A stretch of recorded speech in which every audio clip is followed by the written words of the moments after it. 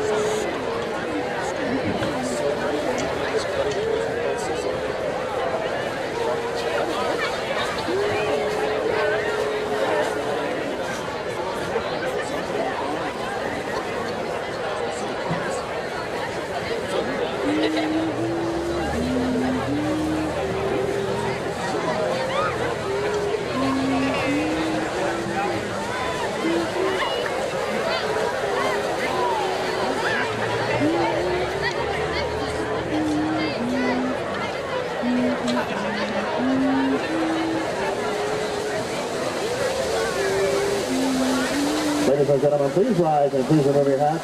Presenting the colors for tonight's homecoming game are Red Mountain Junior ROTC Color Guard. Colors presented tonight by Staff Sergeant Geisler, Second Lieutenant Barrios, Private Barrios, and First Sergeant Olaw.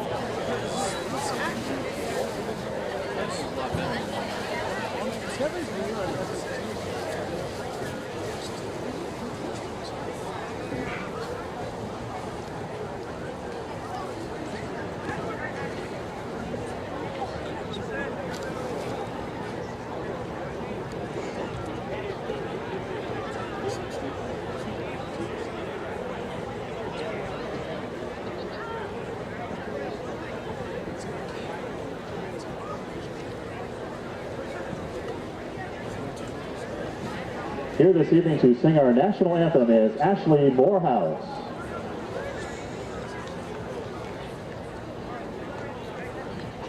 Oh, can you see by the dawn's early light what so proudly we hailed at the twilight's last gleaming, whose broad stripes and bright stars through the perilous fight o'er the ramparts we watched were so gallantly streaming, and rockets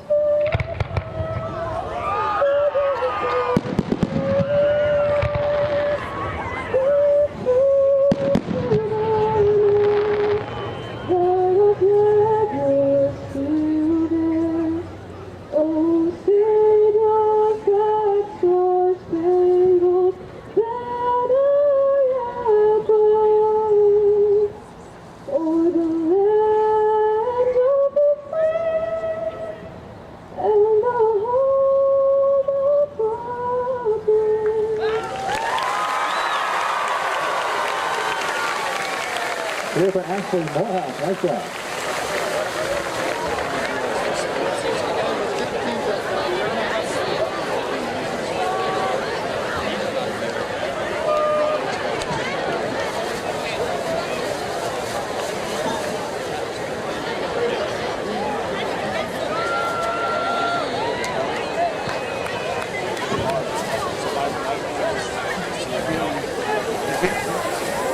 Valley region. First game in region play tonight, and we take on a red-hot Salpointe Catholic team that is winners of their last two. They're 3-2, led by Eric Rogers, an outstanding coach. We've seen Salpointe before. We know the quarterback is gifted, and it'll be a tall order here for Red Mountain to take care of business here at home on Jim Jones Field. It's a really important game tonight for both teams. Like you said, start of league play. Both teams at a bit of a crossroads here. Red Mountain coming off a bye week, and it's going to be really interesting to see how this plays out. Fredo Sotelo, like you said, has been electric for the Lancers so far this year. So I'm interested to see what Coach Enders has dialed up for their offense. For Salpointe Catholic, they were winners last week at home against Micah Mountain. They won 55-14, an impressive win. And for Red Mountain, they enjoyed the bye week after a 59-27 defeat at Austin Field just a couple of weeks ago. But Chris, let's take away some positives from that game against Chandler. You played the number 9 team in the country and all of the land. And from what we gather and from conversations post-game with their coaches and players, Red Mountain competed their tails off in that football game, and they earned an awful lot of respect in that defeat. I would say so. The most encouraging thing was, like you said, there was no quit, and there is no quit in this Red Mountain team. They continue to battle regardless of the scoreboard.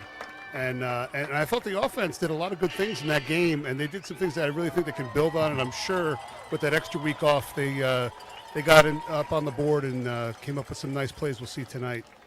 It was going to be an absolute juggernaut to try to slow down Rayola and company, and the incredible tailback, Khalil Valentine. Those guys got hot, and the special teams did a number on Red Mountain. And when we looked up and it was all said and done, yeah, the scoreboard didn't fare well, but it was the result that how these kids handled the adversity, the pressure of playing one of the top teams in the nation, and how they battled. I thought Carter Crispin had an outstanding football game. Again, he was under siege all evening long, Chris, but Carter passed for 292 yards. He only has one other 300-plus yard game in his career, so Carter Crispin played the part. Also rushed for a career high, 42 yards on 6 totes, so he was impressive running the position as the signal caller. Jacoby Lane got involved as well, 10 receptions. That's the second time in his career that Jacoby has netted a 10-reception game. 2 touchdowns for Jacoby. In fact, for Carter Crispin and Jacoby.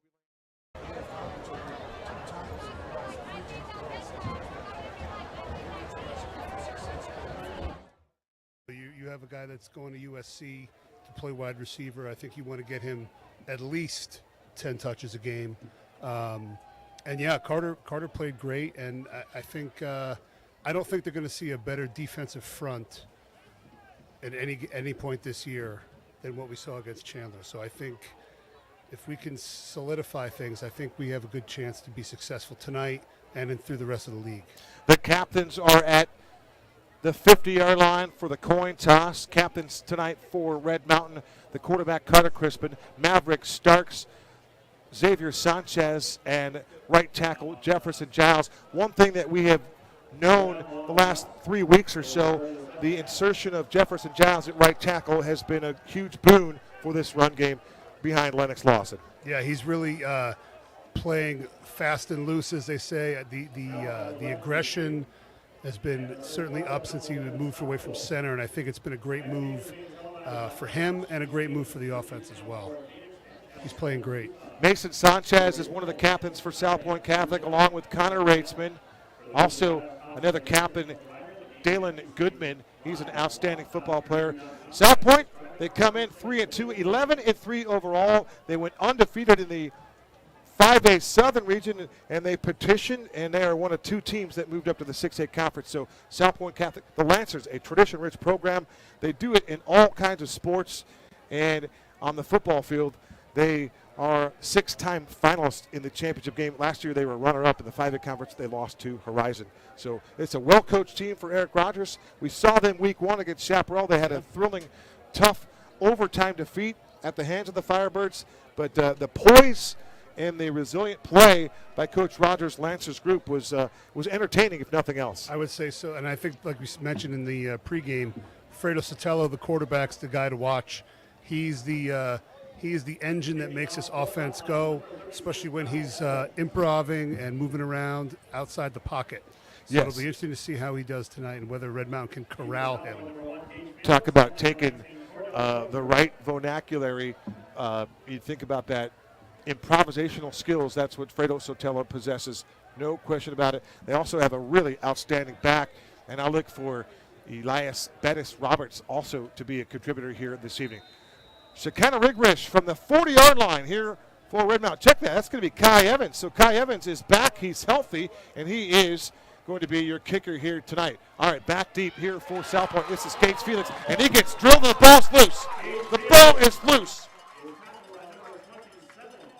for Red Mountain. No, they said he was down. Up to make a play. It was Drew Kellen on special teams, 5'11", 175, the senior, and the officiating crew will say that ball was on the turf, and it won't be a turnover. But how about the pop by Kellen? Certainly a better start than it was last week, Kev. That was Gates Felix on the return. So for Salpointe Catholic, 3-2, they won their last 2 contests. At quarterback will be Fredo Sotelo. He's a 6'1", 185-pound senior. He's coming off a 108-yard and a touchdown performance with 2 picks in that win over Micah Mountain. He also rushed the ball for 42 yards on 6 totes, and he housed it 3 times. So Sotelo is the quarterback. He works out of the shotgun formation. They run it to the near side, and that'll be a sweep. And here come the 3 block search there to take out the ball carrier. Yeah, there was nothing doing there. They tried to run a little read on the edge, and Red Mountain was all over that from the get-go. Dalen Goodman sweep to the near side, and Tanner DeMassa right there to take it out with a big-time tackle for number 7. And for DeMassa, he continues to play well off that edge. But how about 3 block search there to sweep him out? No gain. That'll be a loss. In fact, that'll be a TFL for DeMassa and company. A loss of 6 for Fredo Sotelo, working with 3 wide receivers to the wide side of the field. 2 backs, and there's the motion man. That is going to be Roberts. Penalty markers fly in. Let's give you a chance to introduce our AIA officiating crew here this evening. The referee tonight is Brad Broyles. Our umpire is Mike Payne. The head linesman tonight will be Kevin Martin. The line judge is Sam Radford. The back judge is Andrew Zembruski. The field judge is Jeff Vance. And the side judge tonight is Brendan Ulatowski. Opening minute of action here from Jim Jones Field on the campus of Red Mountain High School. It's 6A Conference East Valley Region football. And now Sotelo from his own end zone. Jump ball near side. It's incomplete. Sanchez providing the coverage. He was all over Armani Sheriff. And that'll result in a 3rd down and long. And this is the situation where Red Mountain's defense has struggled in these 3rd and longs, and where Sotelo has thrived. So we'll see if they can keep him in the pocket and get some pressure. So Selt will be facing a 3rd down and 21 from his own 6-yard line. He's got Sheriff in the slot to his left. Another big-time target, that is Abel Alarcon, is in the wide receiver, the X position on the near side. Felix at the top of your screen. He has single coverage that way. Sotelo to the air. He dumps it off out in the flat, and picking up some yardage was Armani Sheriff. Sheriff makes the reception, and he gets taken down after a positive pass play. Gain of about 9 yards unofficial. Yeah, a little play action, and they got their punter some room, so he's not heels on the back line there. So King Griffin up there to make the stop on Sheriff. So here comes Fisk. He's in pump formation working from his own 10-yard line. And now we're going to get another procedure penalty, at least it appears that way. Back deep for Red Mountain is Lennox Lawson. Lennox is the all-purpose leader for Red Mountain. I wonder if they're going to bring their offense back out here maybe. So now it's 4th and 1. They're bringing their offense back out, Kev. Fisk is in punt formation. Oh, no, they changed their mind. They were coming out. The line was coming out. I think they were thinking about it. Coach Rogers definitely gave it an idea. So Fisk from his own 11. High snap. Fields it clean. He puts that right leg into it. And back deep is Lennox Lawson. Lawson from the 35-yard line. And Lennox made the first tackler miss. That was John Martin. And they take Lennox down to the turf. Connor Ratesman on special teams with a tackle. His 30th tackle of the season for Ratesman. For Salpointe Catholic, they're wearing their all-white jerseys with the maroon numbers outlined in the gold. Traditional ASU type colors, if you will, out of the Tucson area. Red Mountain clad in all black tonight with their cardinal numbers outlined in white. It'll be Carter Crispin at quarterback. He has 4 wide receivers to work with. It's Jacoby Lane to the near side. And the guy to watch tonight, Kev, for Salpointe is number 95, Elijah Rushing.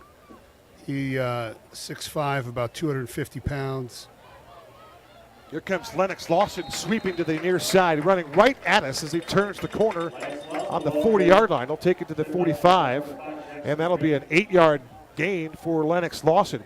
For Carter Crispin, he's the quarterback, now making his 21st start for Crispin, a 70% completion percentage, 908 yards, 12 touchdowns, only 1 pick for Carter Crispin coming off that 42-yard game on the ground last week. Snap is back, Crispin to the air, and the pass is in and out of the hands of Jacoby Lane. Providing the coverage for Salpointe Catholic on Jacoby Lane was Jackson Green, their defensive back. He's a senior, and for Jackson Green, he's the playmaker. He plays both sides of the ball, Chris. I think they feel pretty good about Mr. Green there because it seems like they're singling him up on Jacoby. Left side of the line for Red Mountain. The left tackle is Weston Hancock, 6'5", 270. The left guard is Austin Whitney, 5'9", 215. Anthony Martinez is the center, 6'3", 295. The right guard is Diego Villalobos, and the right tackle, Jefferson Giles. Giles, 6'4", 280. It's a handoff to Lennox Lawson, and Lawson crashes into that line of scrimmage, and it's going to be close for him to move the chains. Looks like they're going to mark it short. Boy, I tell you what, the head linesman had the spot correctly. He was right at the marker, and then the linesman on the far side kind of bent his walk in a little bit, and now the ball will be spotted just shy of the 47-yard line, and that's the line they need to move the sticks. So Gunnar Moore will stay in the football game. He's lined up to the near side. Here comes Jacoby Lane as well. Lennox Lawson is the single step back with Brody Wagner to the top of your screen. 3 wide receiver package here for Crispy Crisp. 8:46 to go, opening quarter in this East Valley Region contest. You're looking for a snap back. It'll be a sweep for Lennox Lawson. Lawson's got the first down. Lawson breaks the tackle, and Lawson takes it into Lancer territory across the 40-yard line. They'll spot him down right at the 40, and that's a powerful run. Great block there by Giles on the right side. I love the chess match strategy here, where they go trips into the boundary, and Salpointe is a field defense. They didn't want to commit another player into the short side of the field. Red Mountain capitalized with an overload. Lennox Lawson with a gain of 14. That's a chain-moving run. Mountain Lions in business on the Lancer 40-yard line. 1st and 10 in a scoreless ball game opening quarter. Lancer showing blitz. High snap. They put the ball in the belly of Lennox Lawson, and Lennox turns it upfield, and he'll pick up 1 hard-earned yard. Yeah, the snap was high, and it took everything Crispin had, every inch of vertical leap he had to get the ball and then get it into Lennox's hands. Jake Steinberg, his 17th tackle of the season for Salpointe, and that'll bring up a 2nd down in 9 from the Salpointe 39-yard line. Working left to right. 7:37 to go, opening quarter. Working from the 39-yard line again, the Lancers show blitz. There goes Jacoby Lane in motion. Snap back to Crispin. Bump ball is dumped out to Lennox Lawson, and he makes the catch in the flat, makes the move, gets by Jackson Green, and then he's tripped up by Jackson Green. But when you see Lennox Lawson running with the football in space, he will dazzle you, and that's those oohs and ahs you heard were just the idea of Lennox being in space. Yeah, I mean, he's electric with the football in his hands, and you think anytime he has the ball, he could go the distance. So he's definitely a guy they want to get the ball to as much as possible. Crisp to Lennox Lawson, a gain of 7 yards. 3rd down and 2 from the Lancer 32-yard line. Crispin changing the play. He's got 3 wide receivers to his left on the wide side of the football field. The deep back is Lennox. Lennox gets the call. Lennox up the middle. There goes Lennox Lawson to the 5-yard line, and he's going to be tackled there. A touchdown saving tackle by the Lancers, Nate Spivey, but it was Lennox Lawson straight up the gut as he took the ball into the green zone.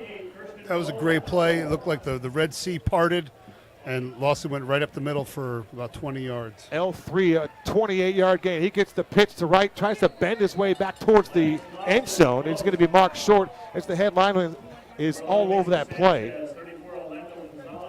So Gonzalez with the tackle there, a touchdown saving tackle at that. And with some tempo at the line of scrimmage, Red Mountain wants to force the issue here. And it'll be Carter Crispin under center. Ball spotted at the 1-yard line. It'll bring up a second down and goal to go. And now you can see some fireworks. There's an equipment issue, I believe. Yeah, so Jacoby's going to fix his hat. He's in that jump ball situation. We talked about Jacoby Lane being so deadly in the red zone, and there he is again. He scored a touchdown, 2 touchdowns in each of the last 3 games for Jacoby, wearing number 89. They'll single up the coverage with Nate Spivey. And it'll be Crispin on the quarterback sneak, and Carter Crispin will burrow his way into the end zone and he'll score a touchdown. It's a great start. They were able to establish the run game and pretty much went down the field, did what they wanted to do, and punched it in. That's a great first drive for the Mountain Lions. 8-play scoring drive Yes, sir. for Red Mountain. Carter Crispin caps it off with a 1-yard plunge into the end zone. His 4th rushing touchdown of the season at the 6:01 mark. In this East Valley Region football game, Red Mountain has a chance to take the lead 7-0 with a Shekinah Rigorish point out the try. So Kai Evans will handle the kickoff duties, and Shekinah Rigorish will continue to handle the place kicking duties. And here comes Shekinah as she tries to make a bid for 22 for 22. She's perfect, 21 for 21 on the campaign. So another way that Jacoby Lane impacted that drive without actually having a catch is they forced a linebacker to go out and cover him on the goal line. So that means they were short a linebacker or had to move a backup in there, and Red Mountain was able to punch it in, and that may have been a factor. Big time play. Excellent recognition on your part, CA. Snap is back to Castaneda. The hold is down. The kick is on its way, and the kick is right down the middle. Shekinah Rigorish continues to be perfect. She's 22 for 22. 6:01 remaining on this opening quarter. Our new score, Red Mountain 7, Salpointe Catholic 0.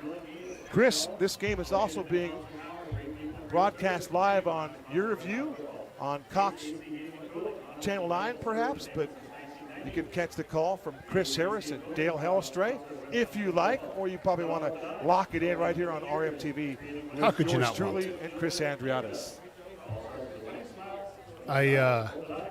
Yeah, I don't. When's the last time you have cable TV, Kev? I do not. No, I'm a streamer guy. Keys to the game here for Red Mountain's defense. It's all about stopping the run.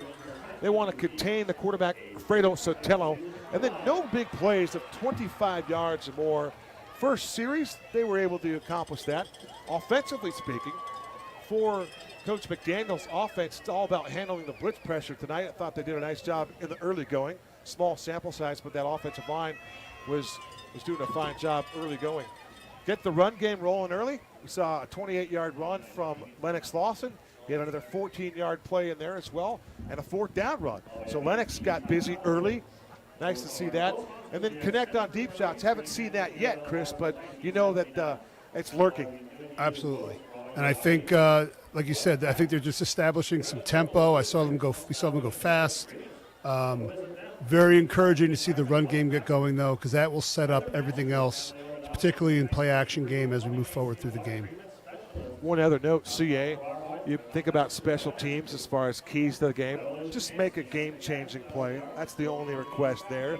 And then my impact players tonight, and, you know, I always try to come up with something different and new, but you think about the game plan, how the team's playing, where they're going. I just thought Carter Crispin's playing so hot that I had to make him my impact player of the game. He's got a touchdown already. Jacoby Lane continues to sizzle as well on the outside. And then Champ Jennings, one of your leading tacklers on this football team, plays a great linebacker. 42, Champ Jennings, my pick to click tonight here, CA. Pick to click, I like that. My biggest disappointment is I was going to try to make a Godfather reference with Fredo Sotelo, and I just couldn't come up with one that really clicked. All right. Cordell Killingsworth back deep. He wears number 19. He is an absolute burner. And it's Kai Evans with a short kick, taking it around the 15-yard line to the 20. Outside, this is Betts. And taking it to the 30-yard line. That is the starting tailback on the special teams. Elias Roberts on the return. 5'11", 186, the leading ball carrier.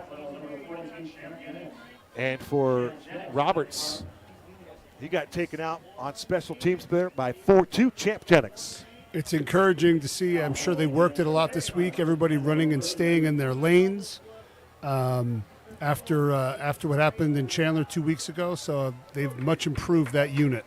You could tell. So here comes Fredo Sotelo. He'll begin his drive on his own 32-yard line, working right to left. He's got Betts behind him, and Betts gets the call here. This is Bettis, I beg your pardon. Elias Bettis Roberts. That's his nickname, Bettis, but he goes by Elias. And he is a true talent. He had 231 yards on 37 totes, scored 3 times last season. This year, through 5 games, 348 yards with a 6.3 average CA. This young man can move the football. Yeah, we saw him earlier in the year. He really is a load to bring down. I wonder if they call him Bettis as a harken back to Jerome Bettis. Sotelo under some pressure, steps through the pressure. He throws on the run, and the ball is going to be caught on the far sideline right at the boundary. Throwing a dart was Fredo Sotelo. He connected with Gage Felix. Felix made the catch, and for Gage's 17th reception of the year. Before that grab, 16 receptions, 274 yards, 3 touchdowns. How about an average of 17.1? He's a playmaker. That was some really fancy footwork there. He was able to sidestep 2 rushers and then throw one of those, as they like to refer to, the off-platform throws. Threw it on a rope on the sideline there. That was an absolute P from Sotelo. The toe drag swag in effect there for Gage Felix. 1st and 10 from the 47-yard line. Empty set for Sotelo. He wants to run the football. Now he's going to actually throw it, and he gets it back in the hands of Felix. Felix made the catch at the marker and then made a spin move and picked up about 6 yards after that as Champ Jennings had to chase him down and tackle him to the turf. And that was a big-time play, a gain of 13 yards. Sotelo to Gage Felix and back-to-back plays. Yeah, it's concerning for the Mountain Lions because if he gets into rhythm and starts feeling it and getting in the zone, could be dangerous. Sotelo will work from the Mountain Lion 40-yard line, trailing 7-0, fast-moving first quarter. Kevin Derryberry alongside Chris Andrulas on Red Mountain TV. Empty set now for Sotelo with 5 wide receivers to work. Now Sotelo's going to run it. Quarterback draw. Sotelo's got the first down and more. Sotelo just gashed off 15 yards working on the right side. And you look at some of the guys up front. Jay Pody is one of the guys up front. Ariano. They got a really solid group up front, Chris. Yeah, that was quarterback power. It was a design quarterback run. And he hit the hole as well as any tailback and got his pads squared up. There was a nice run there by the quarterback. Nice secondary play by Xavier Sanchez, the corner coming over there with the tackle. 1st and 10 for the Mountain Lion 25-yard line. Impressive drive thus far here for the Lancers. Trailing by 7. Snap is back, looking left and firing left, and making the catch over the middle of the field is the tight end. And he's got close to first down yardage. A big target for Salpointe Catholic. That is Owen Brock. He's a junior. And for Brock, he also serves as the holder. But Brock, look at that size, Mr. Andreas. He's about 6'2", 200-pounder. That's a pretty big boy as the holder, and he's also a dual threat. He plays wide receiver. He's a big dude. I'm sure he's going to be a target down here in the red zone. 5 wide receivers now for Sotelo. 3:08 to go in the stanza. To the top of your screen is Gage Felix. Double slot wide receivers to the right. 2 wide receivers to the left, including Nate Spivey. They wanted to go to Spivey. Spivey makes the catch inside the 10-yard line. Tanner DeMassa will take him down to the turf immediately. So Sotelo to Nate Spivey. That's a gain of 6 yards. So that'll bring up a 2nd and 4 from the 9-yard line. Well, whatever adjustment they made after the first series, the line is apparently on the same page now. They're picking up pressure, and Sotelo's throwing the ball on time with accuracy so far. Sotelo with 8 touchdown passes and 5 interceptions on the season through 5 games, a 60% passer. Joining him in the backfield is Roberts. He's the deep back. Roberts gets the call here. Roberts tries to bounce it outside. He can't do it. Great work there by the Mountain Lions. Champ Jennings again all over that play. His 3rd tackle on this drive for Champ Jennings as he continues to swarm to the football. And for fun, Chris Andriadas, isn't that my pick to click tonight on defense? I Champ believe Jennings? so. I believe it was. For Champ, he's the top tackler on the team. Now has 38 tackles. Was a 50-plus tackler a year ago. 3rd down from the 6-yard line. The Lancers can get a 1st down at the 4. There goes Sheriff in motion. This will be Sotelo under a blitz. And Sotelo's going to go down. He's going to get sacked. Great play. Caleb Heydrich all over that one. And for 44, he gets a quarterback sack. That was he got a hold of his ankle and just wouldn't let go, and is able to torque his legs down. That's a huge play because now they have to kick the field goal. They're not going to try to go for it on 4th and long. For Heydrich, his 3rd sack of the season, the 13th sack through 5 games for Kyle Ender's defense. And that will force Eric Rogers to bring out the field goal unit. This will be a 36-yard field goal attempt. The snap is back. The hold is down. The kick is on its way, and the kick is right through the uprights. Mr. Fisk is a good one. We mentioned that on the outset that they had an outstanding kicker, and he just showed you why. Great leg strength and great execution by everybody else up front on special teams. Yeah, that was a pretty good drive for Salpointe. The Red Mountain defense firmed up at the right time and held them out of the end zone with the big sack there by Heydrich. So Red Mountain's going to have to respond now. Hopefully put another drive together. 49.4 seconds to go in the opening 12. It's 7-3 after the 36-yard field goal for Salpointe Catholic. Nice work there by Carson Fisk. For Fisk, he is 4 for 4 in field goals. His longest of the season was a 45-yarder at Chaparral as time expired to force overtime. So the young man is a calm, cool, collected kicker, to say the least. 7-3 ball game. There's a lot of alliteration there, Kevin. There was. This evening's done. affair between Red Mountain and Salpointe Catholic is only the 3rd meeting amongst programs. Each team has won a game. What is significant about the Lancers' 21-13 victory back in 2003? Well, it came in the opening round of the AIA State Championship Tournament, and it ended the Mountain Lions' attempt at, get this, Chris, back-to-back state titles for Jim Jones. That's right, Red Mountain was bidding for a 3-peat, ran into the Lancers, and the Lancers ended their season and ended their dash and their hopes for a 3-peat. Are you allowed to say 3-peat, or do you have to pay Pat Riley? I think Pat was a smart man to get a patent on that one.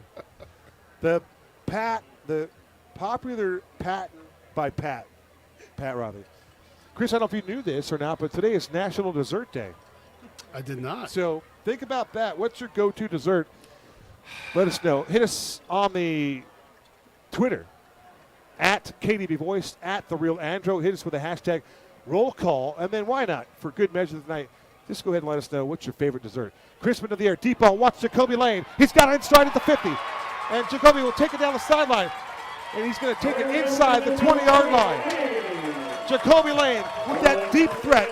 And for Coach McDaniel, they connected on their first shot of the night. I was wondering when that was going to happen. We talked about it earlier, how we hadn't seen a whole lot of deep throws to Jacoby, and then Salpointe comes out and single covers him. A little bit of disrespect there, and they made him pay for it on that play. Single coverage for Jacoby Lane, and he made him pay. Carter Crispin to Jacoby Lane, 63 yards. 1st and 10, Mountain Lions back in the red zone. Here comes Lennox Lawson, and Lennox running downhill as he makes his way towards the 11-yard line. And that play was maybe a design sweep to the far side. Lennox turned it upfield, and he's just kind of carving through this Lancer defense. I really like the quick tempo after a big play, get right back on the ball and run another play. Don't let the defense get set. I think it's a really smart move by Coach McDaniel. Nice work by the left guard, Austin Whitney wears 53, 5'9", 215, 7-yard gain for Lennox. Second down in 3. Snap back, play fake, rolling to the near side. It's Crispin. Dumps it off out in the flat and making the catch and turning it upfield for Red Mountain was Connor Skidmore, the tight end. And Skids makes the reception. And how about the security of the football? Was a nice target, and the delivery of the football by Crispin was right on the money once again. Crispin looks great on that boot that they run where he rolls out and throws on the move. And because the run game is being successful, that's going to be set up all night. Those linebackers get sucked up into the run fake, and you have all kinds of time and windows to find people on second level. For Mr. Skidmore, only his 6th catch of the season. That one went for 8 yards. So for Connor, 6 for 40 on this young season. And that we will come to a close, our first 12 minutes. Chris, that was a swift moving first 12, my friend. So it happens when you run the football and stay in bounds. We're going to take a quick break. You're watching Red Mountain Football on RMTV. We'll be right back.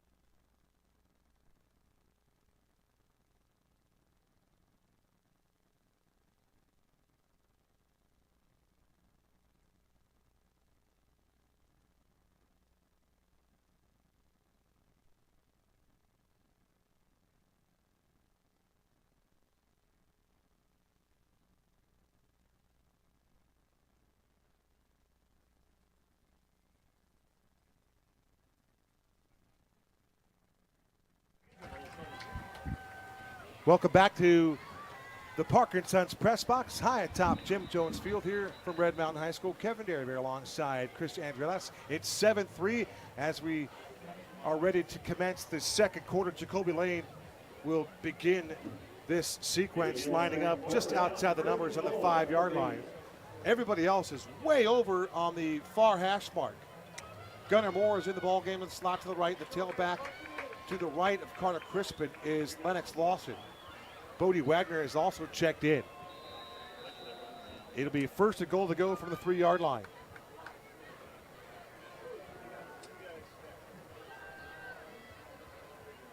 Three wide receivers trip to the right. There goes Jacoby in motion.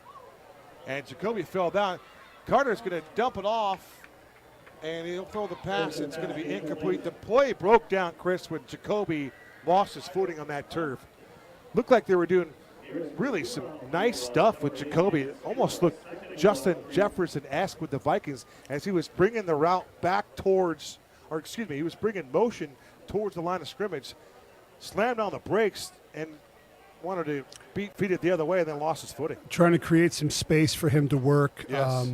That's called an X-over formation, where normally the X closes the formation away from the tight end, or the Y.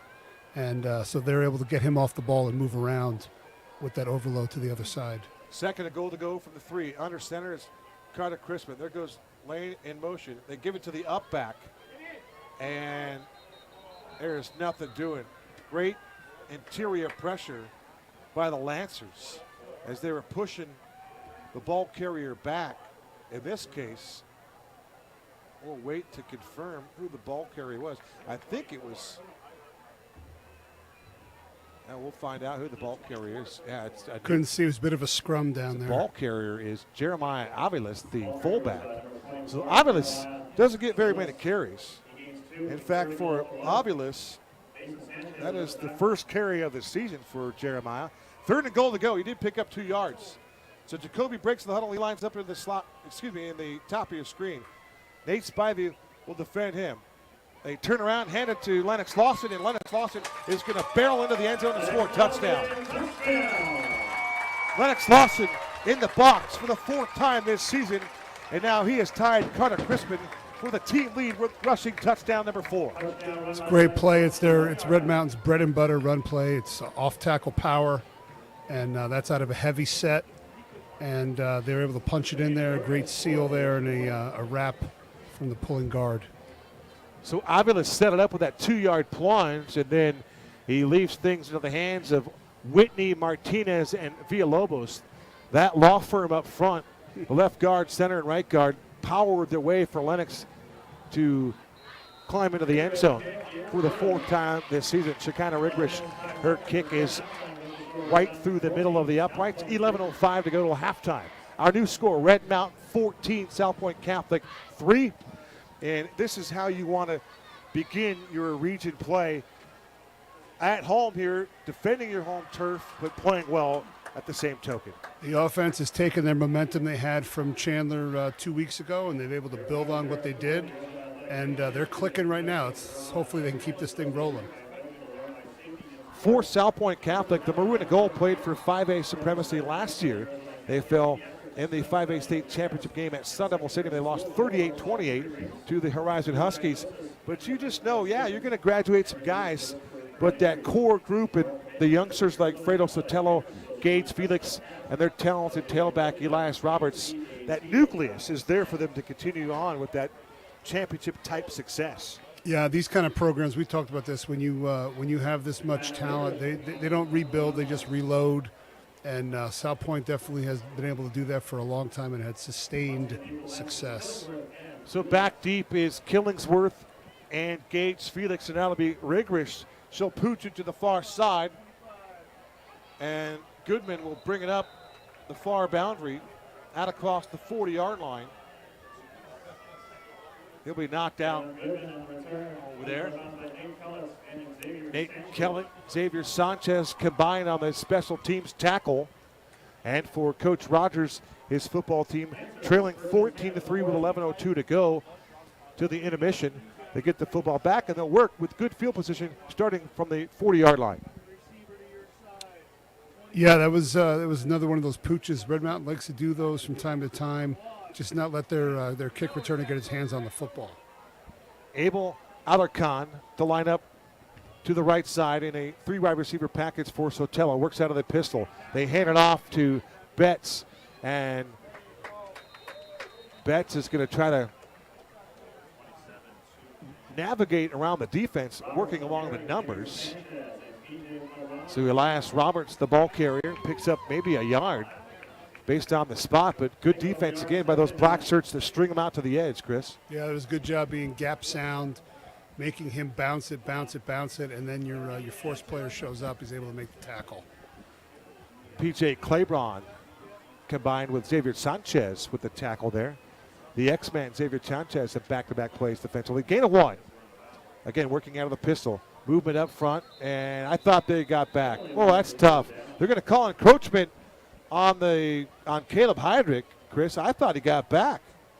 That initial, he made a move, but then he didn't go over entirely. He just made a move. He made that step. Yeah.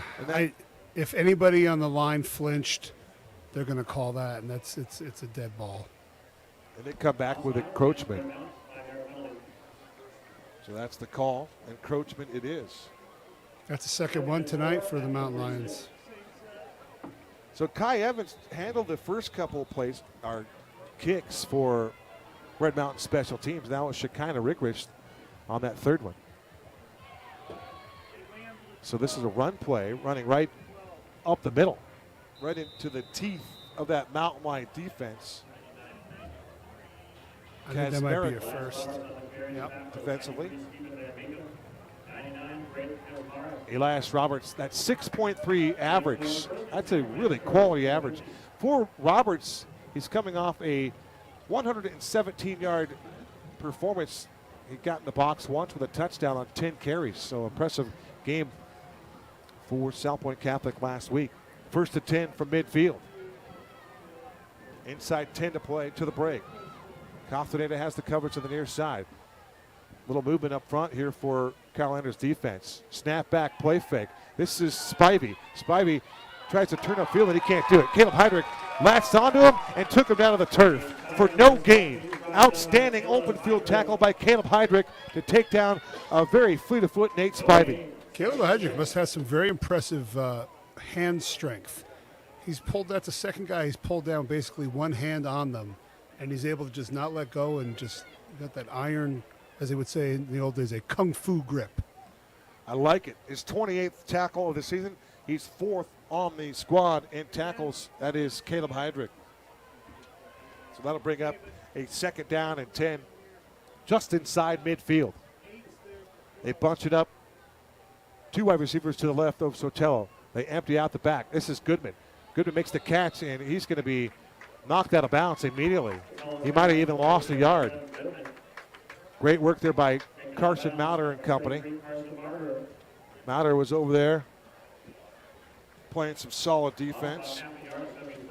For Carson, he's worn number 33 since he was 7 years old, with the exception of last year when he had to wear 48. So Mauder back in his familiar digs of 33.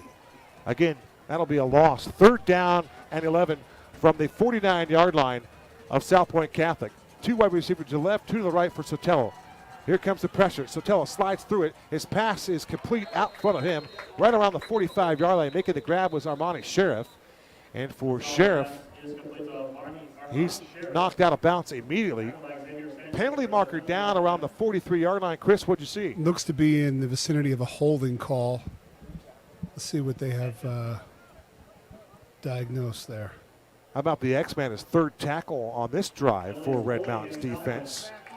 And I'd like to see Xavier out of that cornerback spot coming down there for run support. He's doing a really nice job giving that secondary a boost in the tackling department. It's a huge thing for a defense when you have safeties and corners that are willing to come up and run fit. It just makes you so much better as a defense because you don't have to worry about your interior guys trying to get out and make plays on perimeter runs. It's huge. 23 tackles now for Xavier Sanchez. So the penalty will push the Lancers all the way back to their own 33-yard line. And what do you have in the playbook for third and a cab ride? Third down and 27. Third in the turnpike, as we would say back in New Jersey. So Gage Felix at the top of your screen. He's their speed guy. And they've got all kinds of size here with Sheriff to the near side in the slot. And, of course, the tight end, that is Abel Alarcon. He's also listed as a wide receiver, but he's about 6'3". He's a junior. Don't have his weight, but he's another specimen for the Lancers. Yeah, they take the timeout here. This could be a little trickeration, set up for some trickeration plays. You know, you figure third and forever, what the hell, let's give it a shot. We'd like to take this opportunity to thank some of our sponsors. How about Dr. Corey Giles Family Dental Care, continued proud supporter of RM Football and Go Lions. Costa Oil. Visit Costa Oil for your 10-minute oil change. No appointment necessary. Mention Red Mountain Football for a 10% discount on all of your services. That's Costa Oil. And Alpha Auto Detailing. Football alumni owned and operated. Contact Alpha Auto Detailing to have your car looking like new. And Superstition Army Recruiting, proud supporter of Red Mountain Football. We thank all of our sponsors. 8:50 to go till halftime. Always fun when we get to compete with Your View Network tonight. Chris Harris, Dale Hellstray bringing you the call on that one. And they've got some pretty talented football players also part of their broadcast team. DJ Foster and Scooby Wright, a couple of NFL guys down there. Sotelo on a play fake. Has all kinds of time. Winds up, throws over the middle field, and the ball is incomplete. He ran out of arm. His wide receiver, Sheriff, he slipped to the turf. But Sotelo trying to throw across his body, Chris. He had the time, had his feet set, just ran out of gas on that throw. Yeah, those bounce passes never work. They just don't.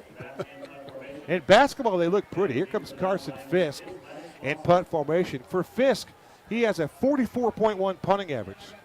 And back deep, it's L3, Lennox Lawson on his own 32-yard line. Snap back. Here comes the pressure. And Heydrich was on the outside. They punted away from Lennox Lawson, and that's some pretty good advanced scouting to kick away from Lennox Lawson, who really has been an electrifying player since he's been here on campus. We talk about him being a one-touch guy, and he is definitely that. But the explosive ability that he has, he has explosive plays of 65 yards, 70 yards, 93 yards, and he's housed all of them. The thing that impressed me most about him this season is how he's progressed as a running back. And he's really, the last 2 or 3 games, he's run behind his pads. He's run very physical, and just adding another facet to his game beyond the game breaker speed. He's punishing tacklers, and he's becoming a complete back, and it's really great to see. One of those things people talked about Lennox in the early years of Lennox, as we still trying to determine what kind of position he was going to have, what he was going to project to be like, where could he have his most success, and some of those answers, those questions are still out there, right? We don't really know what the finished product of L3 is going to be, but to your point, Chris, he has developed all those attributes that you just mentioned. I echo that, but the toughness and that intestinal fortitude, things that you can't necessarily measure, he's brought another level to his game. And heck, the Chippewas said we like him enough to say, hey, we want this guy to maybe be our back of the future, and that's saying something. It is. And not to mention, he has excellent receiving skills as well.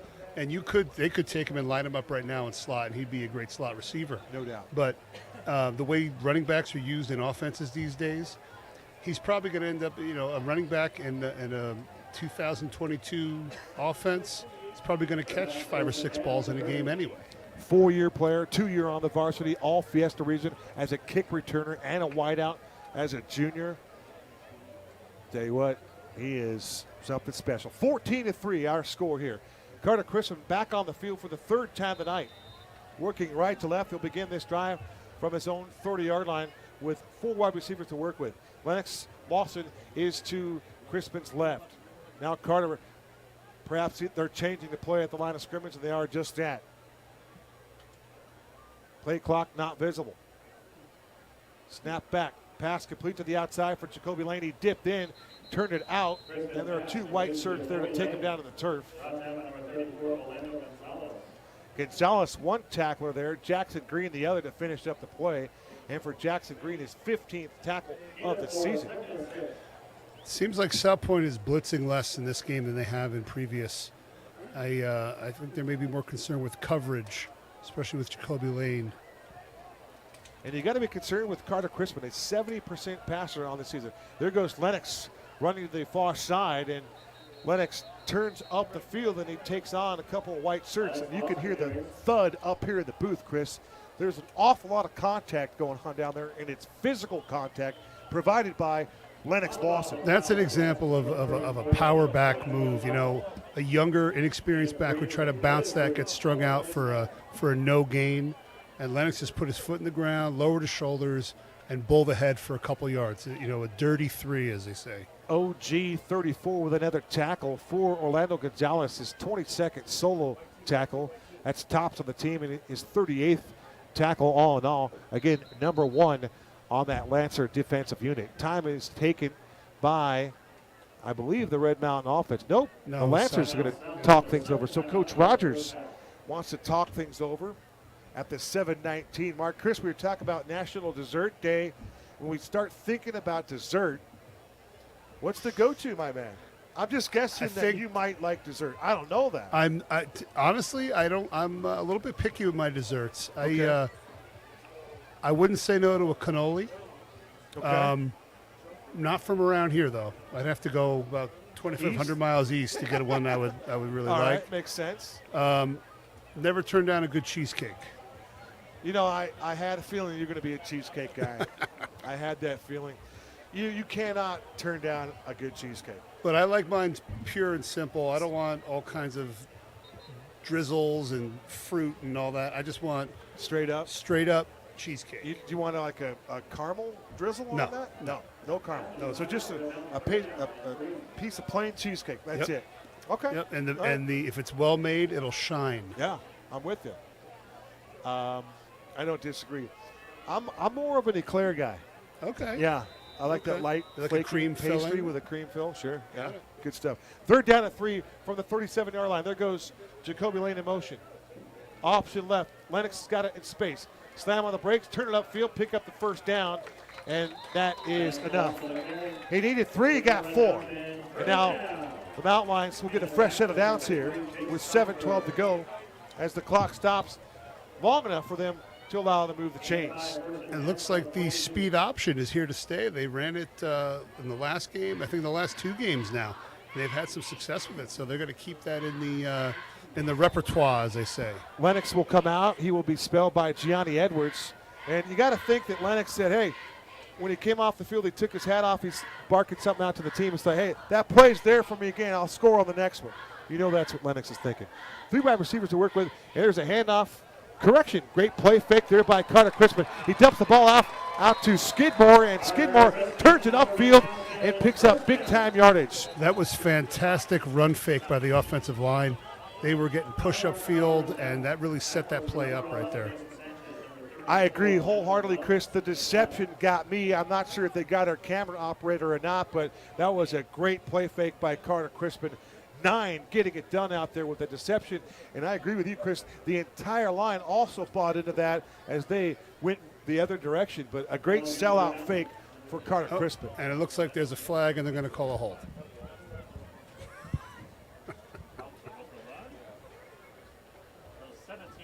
Oh, no. What is that?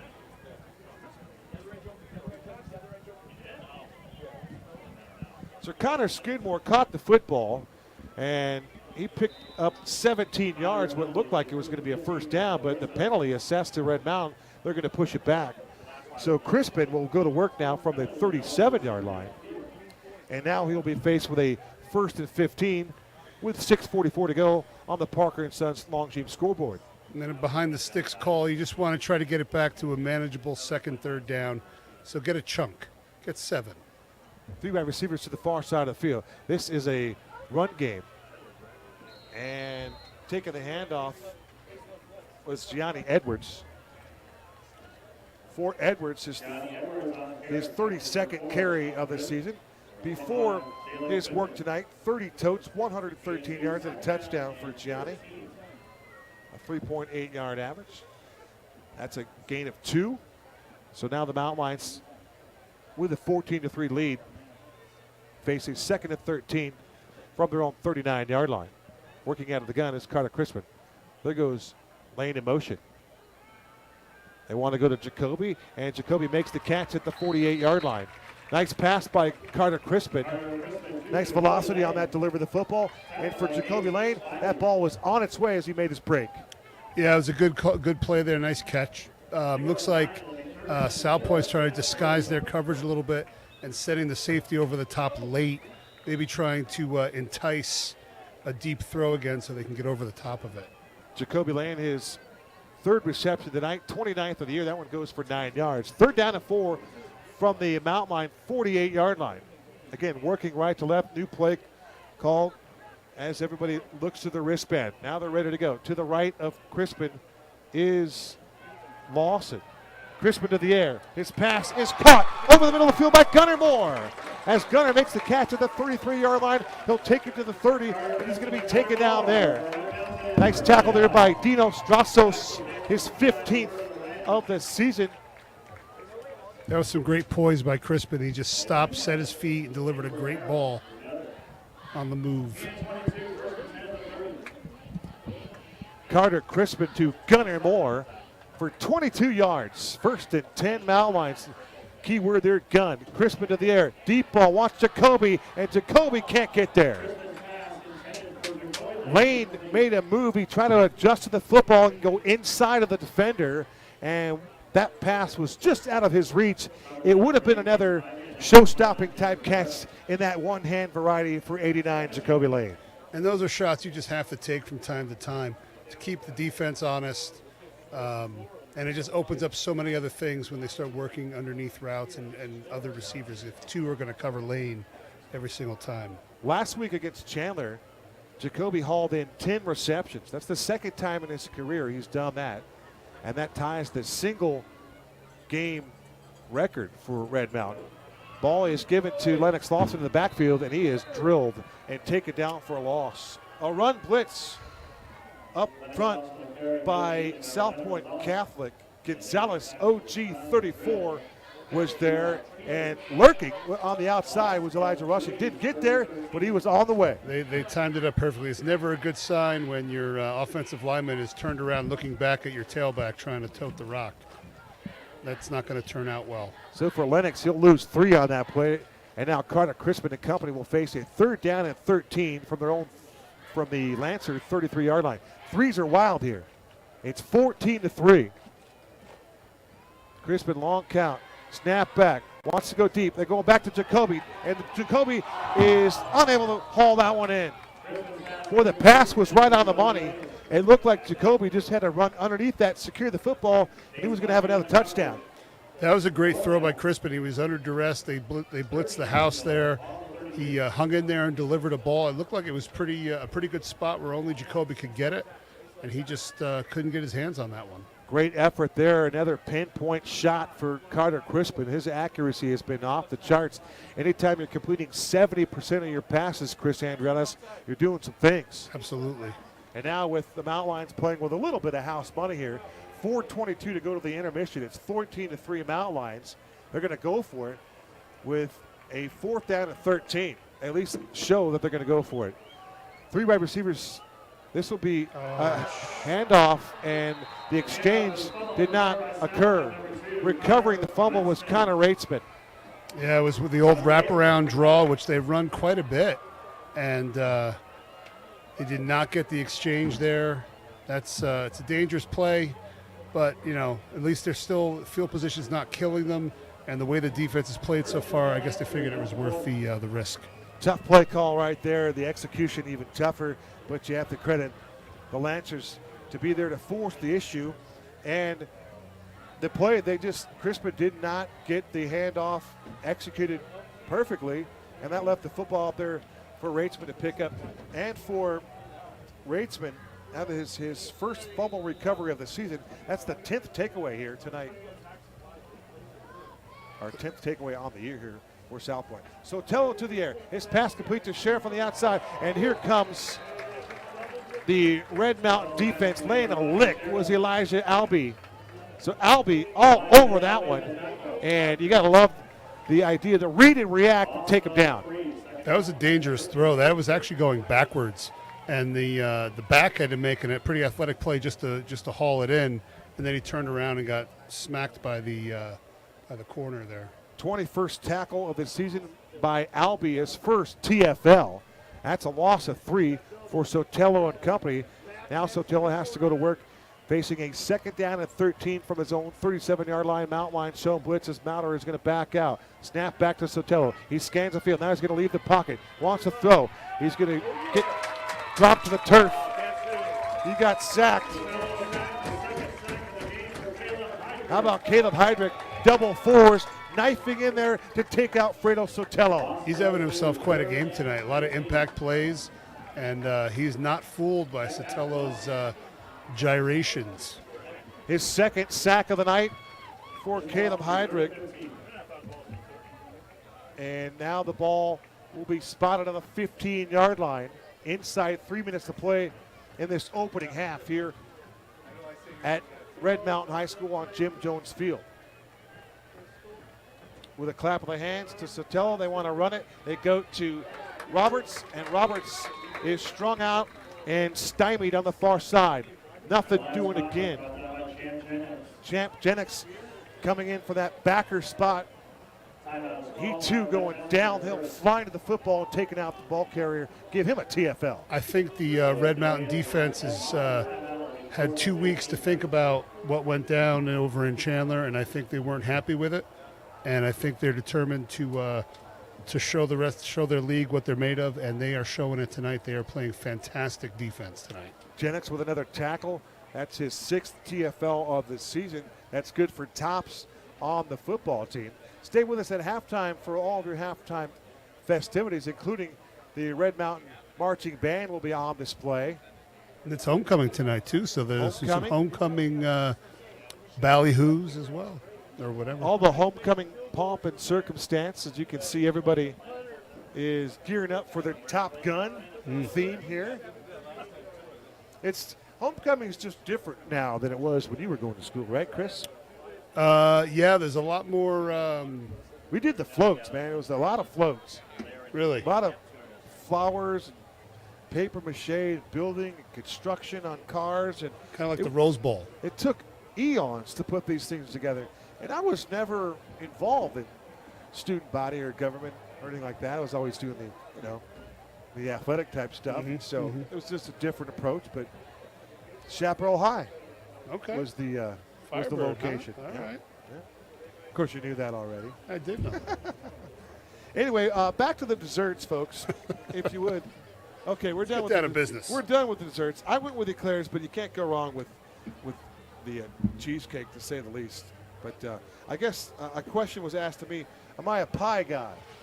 And so, pies, cake, ice cream. I don't know. To me, like I have a cake, and the worst part of the cake is the cake. I just like to frost it. Yeah. I like and it's hard to come up with a good one, but I like a good peanut butter pie, like a peanut butter cream pie. Yeah. Oh. Kind of like a Reese's peanut butter cup, but bigger. Not so much. No. Okay. No, not at all. It's got that peanut butter, twist to it. All right, where are you watching tonight's game from globally? Hit us on Twitter at KDB Voice, at The Real Andro, hashtag roll call, and then what city or state you're watching tonight's game from. Hit us. Go ahead. Start now. Snap back to Fisk. Puts that right leg into it. He's got that 44-yard average, and this time he's going to have some hang time, as this one will drift to the far side. No chance of a return for Lennox Lawson. And for Red Mountain, they're going to begin this drive at the 35-yard line with 2:35 to go with a couple of timeouts. And you have this vertical passing game that they're starting to take some chances. Coach McDaniel, our offensive coordinator, starting to feel pretty confident about some of these play calls, at least taking some shots going vertical. Yeah, and I think they're going to try to put one in here. I don't think they're going to be conservative, at least not on the first couple downs. We'll see what happens here. Gunnar Moore had a 22-yard catch. They took the ball to the 30-yard line, and that's where that drive stalled. And then they subsequently fumbled 2 plays after that. So it'll be Crispin to work from the 35-yard line. They run it to Lennox Lawson, and Lennox starts right and immediately puts his foot in the ground, cuts it left, and he's going to be taken out there by Connor Reitzman. Reitzman with a tackle, his 32nd of the season, just a gain of 1 for Lennox Lawson. Bodie Wagner will check in at one wide receiver spot to the X to the outside. In the Z spot is Jacoby Lane, with single coverage provided on Lane, and that's Armani Sheriff. And if they want to take the shot there, Jacoby has a man advantage here, at least in the height department. I think ever since I mentioned that they weren't blitzing very much, they've blitzed every snap. Yeah, now Spivey's going to roll over and provide some help over the top. Crispin will just go to the other side and making the catch. A first down grab. That's Gunnar Moore, his second reception of the evening for Gunnar. Move the chains, stop the clock. Great play. That is outstanding work there to manage the clock and get that ball out of bounds. They're not giving. Oh wait, they are giving him the first down. So for Gunnar, his 17th catch of the year. The chain guy wasn't paying attention. First and 10 from we'll call it the 45-yard line. Out of the gun, it's Crispin. Here comes the pressure, and Crispin's going to go down. He's going to get sacked. Mr. Rushing is there, as well as Dalen Goodman. So Goodman and rushing combined on the sack of Carter Crispin. Yeah, that's not, that'll kill a drive real quick. For rushing, he'll get a half sack. And then he now has 4.5 sacks for Elijah, the all-region performer. All-conference honorable mention for Elijah rushing. 6'6", 235. That's his listed media guide intel. Attributes, if you will. 1:13 to go to the break. 2nd and 20 after the sack. I beg your pardon, Chris. The Mountain Lions have the luxury of time here. 4 wide receivers to work with now. It'll be Lennox. A sweep to the far side. Lennox trying to turn the corner, and he does. And he'll just coast out of bounds. Yeah, it's good. He gets half back. Now they're in 3rd and 10, 3rd and 11. You can run a normal play here. Mason Sanchez with tackle number 28 on the campaign for that 5'10" senior. Salpointe, a 6-time finalist. They won the Division II state championship back in 2013. They've had 4+ runners-up since that time. So they have been very, very impressive. 3rd and 10, inside a minute to go. Crispin from the pocket. His pass is thrown over the middle, and the ball is incomplete. Boy, it looked like it looked like Gunnar Moore was making a really nice adjustment to the football, trying to slide underneath that one and kind of bring the ball up from his fingertips and keep it from the turf. He did a heck of a job to at least make everybody think about that. Yeah, the side judge was having none of that. He sprinted about 15 yards over to make sure everybody knew that it would hit the ground. And that's the beauty of that. He had the best shot. Yeah. So here comes Carson Mouter in punt formation here for the Mountain Lions. Kind of like the emphatic punch out from an umpire in a strike 3. I like that. I'm a big punch out guy. Here comes Mouter. Great punt for Carson. Felix from his own 15. And he will stutter step and take it out to the 20, and that's it. Great special teams work there by the black shirts. Another unit, I think, that feels they need to prove themselves, and they're doing so tonight so far. Doing a great job in kick coverage. Cole Rowley with a special teams tackle. Oh, Cole's back. He was Elijah in a boot forever. He was. He had a bad wheel. Now he's ready to go. So I'm sure he, amongst everyone else's brothers, are elated, and mom and dad too. Then Mr. Rowley is back on the field. So Sotelo will have to go 79 yards with 37.9 seconds to go in a 14-3 ball game. But it is something we've seen him do before, Kev. Empty set for Sotelo with 5 wides. Sotelo to the air. His pass to the far sideline is broken up. Carson Mouter was draped all over the tailback. That was Richard Archuleta, listed as a wide receiver. 5'10", 175, the sophomore, but how about Mouter right there with great coverage, great technique, and got that reached over around and got a fingernail in there and tipped that ball away. Sometimes that's all you got to do is just disrupt his hands when he's trying to make one of those catches. Chris mentioned it was homecoming here, homecoming 2022, all kinds of pageantry here. And a whole bunch of returning cheerleaders. That's why you have so many cheerleaders tonight, Chris, is you have the returning of the alumni cheerleaders. Oh, is that what that is? 33 seconds to go after they get the clock right. Felix lines up to the top. He's got single coverage there. Sotelo to the ground game. And running right up the middle off the left side is Roberts. And Roberts will pick up some positive yardage. Carson Mouter with another tackle. Mouter's been in back-to-back plays. 3rd down and 2 from the 29-yard line. And now Coach Rogers and the Lancers taking their sweet time, and they are content to let the first half expire here as they will trail 14-3 going into the dressing room. So it's halftime here from Jim Jones Field on the campus of Red Mountain High School. It's homecoming 2022. Kevin Derryberry alongside Chris Andrelis. We extend the invitation to you to stay with us for all of our halftime festivities right here on RMTV.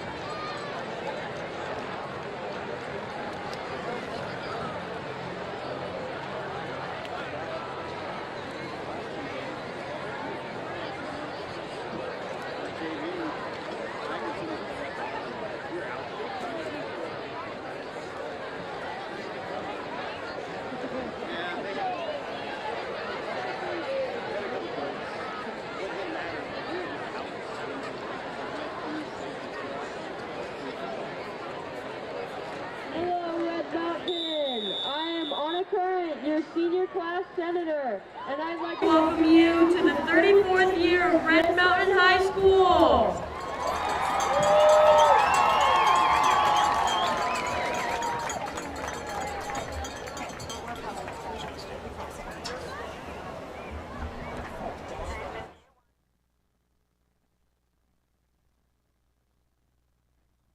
On behalf of our principal, Mr. Tannenbaum, our faculty, staff, and student body, we hope you're enjoying the homecoming football game.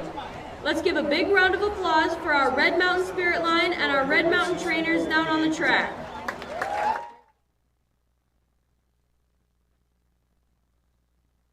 Let's recognize our amazing Red Mountain High School marching pride. Give it up for our band. Tonight's halftime performance is brought to you by Current and Alumni Student Council. And before we begin with the senior nominees, we would like to congratulate our underclass royalty. We have our junior prince and princess, Shade Wilson and Kennedy White, our sophomore knight and maiden, Jackson Griffin and Aaron Wilkins, and last but not least, our freshman lord and lady, Cade Gadare and Mia Burns. Let's give a big round of applause for our underclass winners.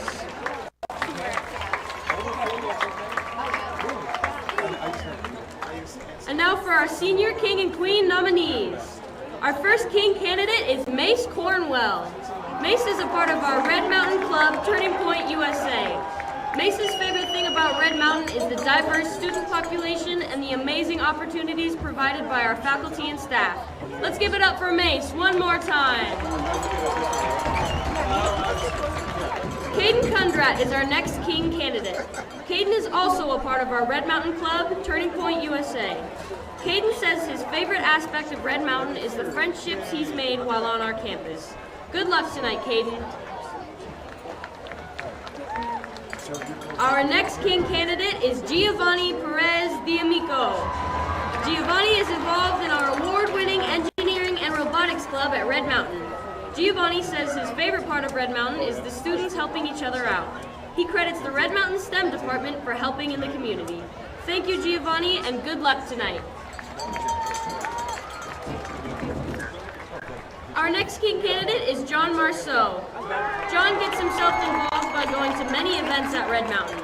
His favorite part of Red Mountain is the sports and our dances. John loves the student life and the athletic teams here at Red Mountain. Give it up one more time for John.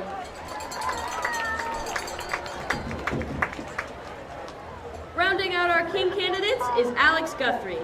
Alex is involved in band, engineering, and AP classes at Red Mountain. Alex loves meeting new people here, and his favorite activity is acquainting himself with all the diversity Red Mountain has to offer. Thank you, Alex, and good luck tonight. Let's give a big round of applause for all our King candidates, Mace, Hayden, Giovanni, John, and Alex.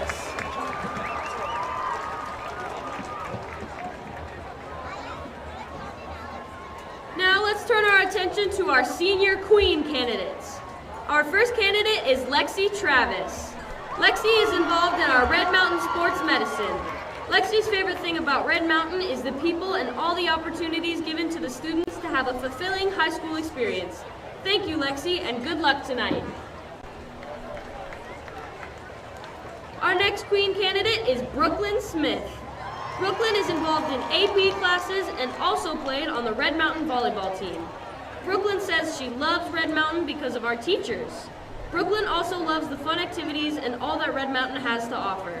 Give it up one more time for Brooklyn. Our next Queen candidate is Chloe Stenmark. Chloe is involved in academic decathlon, Model United Nations, biotech, and AP Bio. Chloe's favorite part of Red Mountain is the community coming together. She also credits her Red Mountain teachers with helping her succeed. Good luck tonight, Chloe.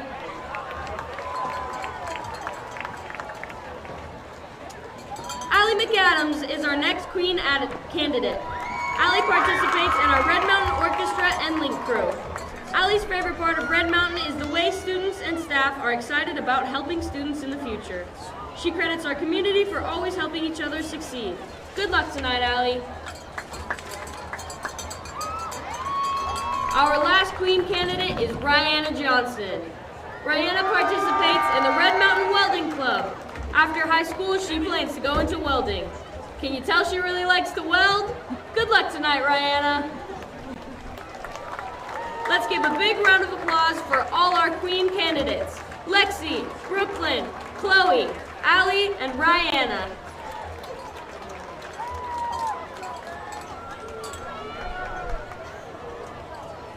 Now, Red Mountain, without further ado, your 2022 Homecoming King is Giovanni Perez D'Amico!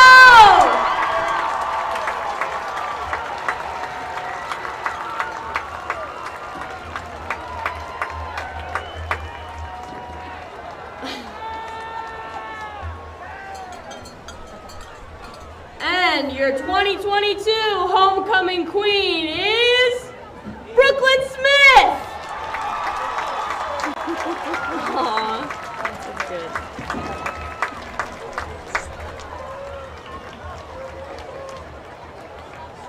We want to offer a special congratulations to our 2022 Homecoming King and Queen, Giovanni Perez D'Amico and Brooklyn Smith.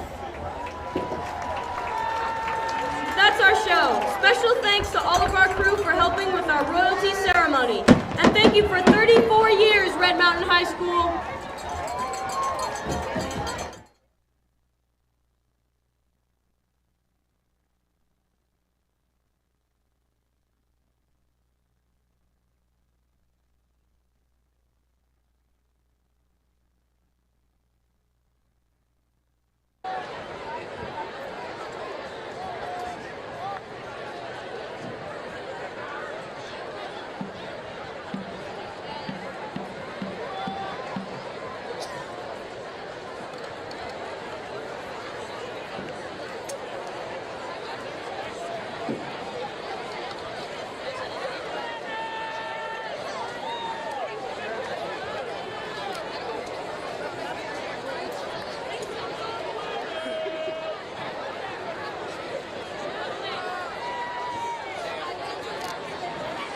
Please welcome to the field the Red Mountain High School Marching Pride. The Marching Pride will be performing the first 2 movements of their 2022 show entitled Cosmos, under the direction of drum majors Helen Lottman and Riley Mulville.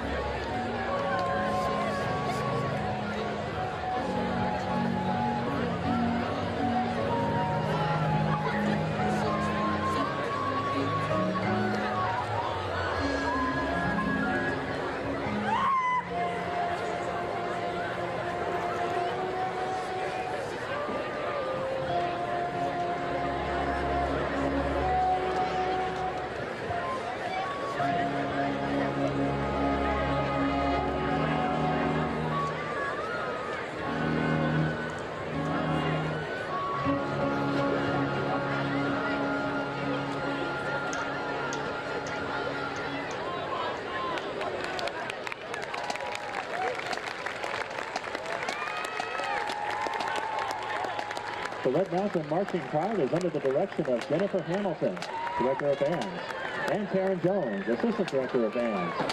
Percussion instructors are Evan Dixon, Wardell King, Rob Davis, and Matt Izquierda.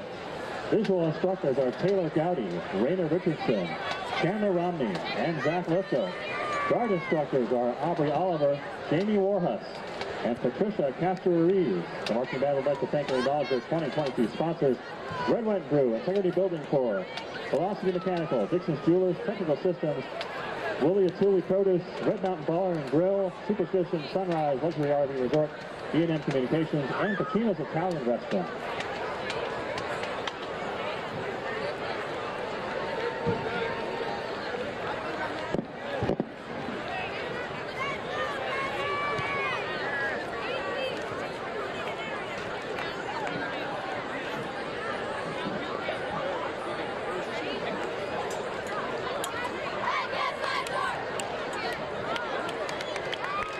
Now welcome to the field of performance, Red Mountain Varsity Cheer. You think we should get interviews after this though? So I should probably get some people. Yeah. What do you guys think?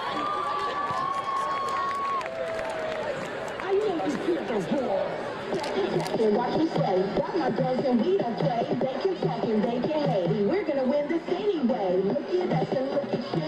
You know what we came to do. Call them blue, they need a clue. Steady kicking like I'm through. You know how to do what coming through.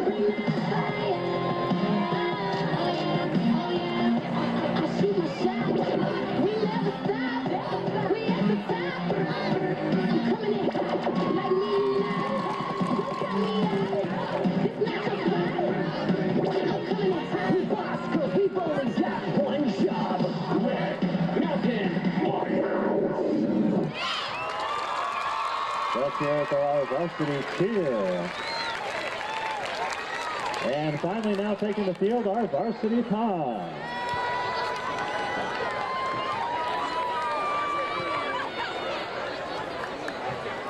Sorry.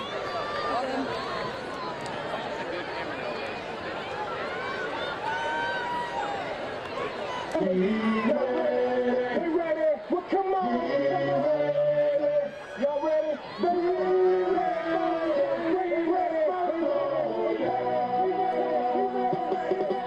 Question back, who the best? Nation don't let a track and knock you come to do the rest. Feeding for chops, popping hits, going through your chest.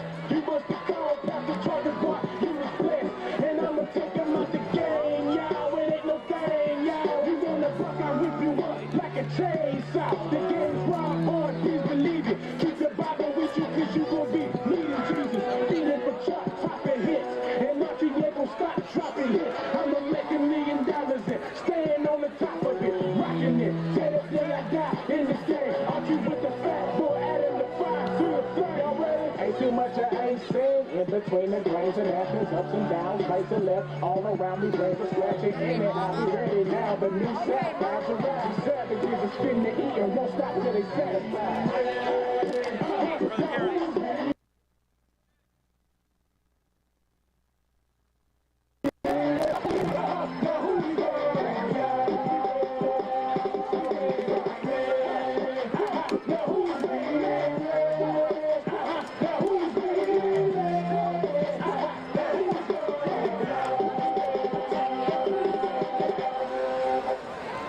And let's hear it for varsity Tom. Nice job, ladies.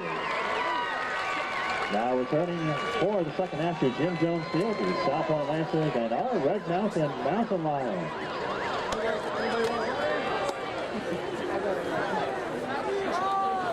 Parents, counterfeit pills laced with fentanyl are taking the lives of Arizona youth at an alarming rate. This one pill is all it takes. Most parents have no idea until it's too late. For more facts on fentanyl, visit talknowaz.com. Here you go, bud. Each year we hear more about sports-related. Welcome back to Jim Jones Field on the campus of Red Mountain High School. Kevin Derryberry alongside Chris Andrelas as we welcome you inside the Parker & Sons press box. It is 14-3 at the break. We were just talking to Coach McDaniel, our offensive coordinator, here at the break, and the idea is to keep on attacking, keep that pressure, and just really a little bit more of the same of that first half. Maybe we might see Lennox Lawson carry the ball a little bit more in the second half, but keep taking those chances down the field. Yeah, keep going back to the run game. It opens up so many other things. We saw some great play action because of the run. And, yeah, I mean, the momentum seems to have carried over from the previous game. And let's just, like you said, just keep it rolling. I had mentioned wide receiver Gunnar Moore. He had a 22-yard reception in that first half. He also had another catch. But it just seems like opposite of Jacoby Lane, we need somebody else to kind of make a name for themselves. And Gunnar Moore is taking advantage of his opportunities. He makes some timely plays. I've noticed that his name's come up pretty much at least the last 3 games, maybe the entire season, that when a play needs to be made, he seems to be able to step up and provide it. What do you expect from the Lancers here in the second half, Chris? They're down by a 14-3 score. They haven't really got their ground game going with either Dalen Goodman or Elias Roberts, and we haven't seen Sotelo get loose. So do we really credit Kyle Ender's defense for the game plan there? I think the defense has been fantastic in the first half.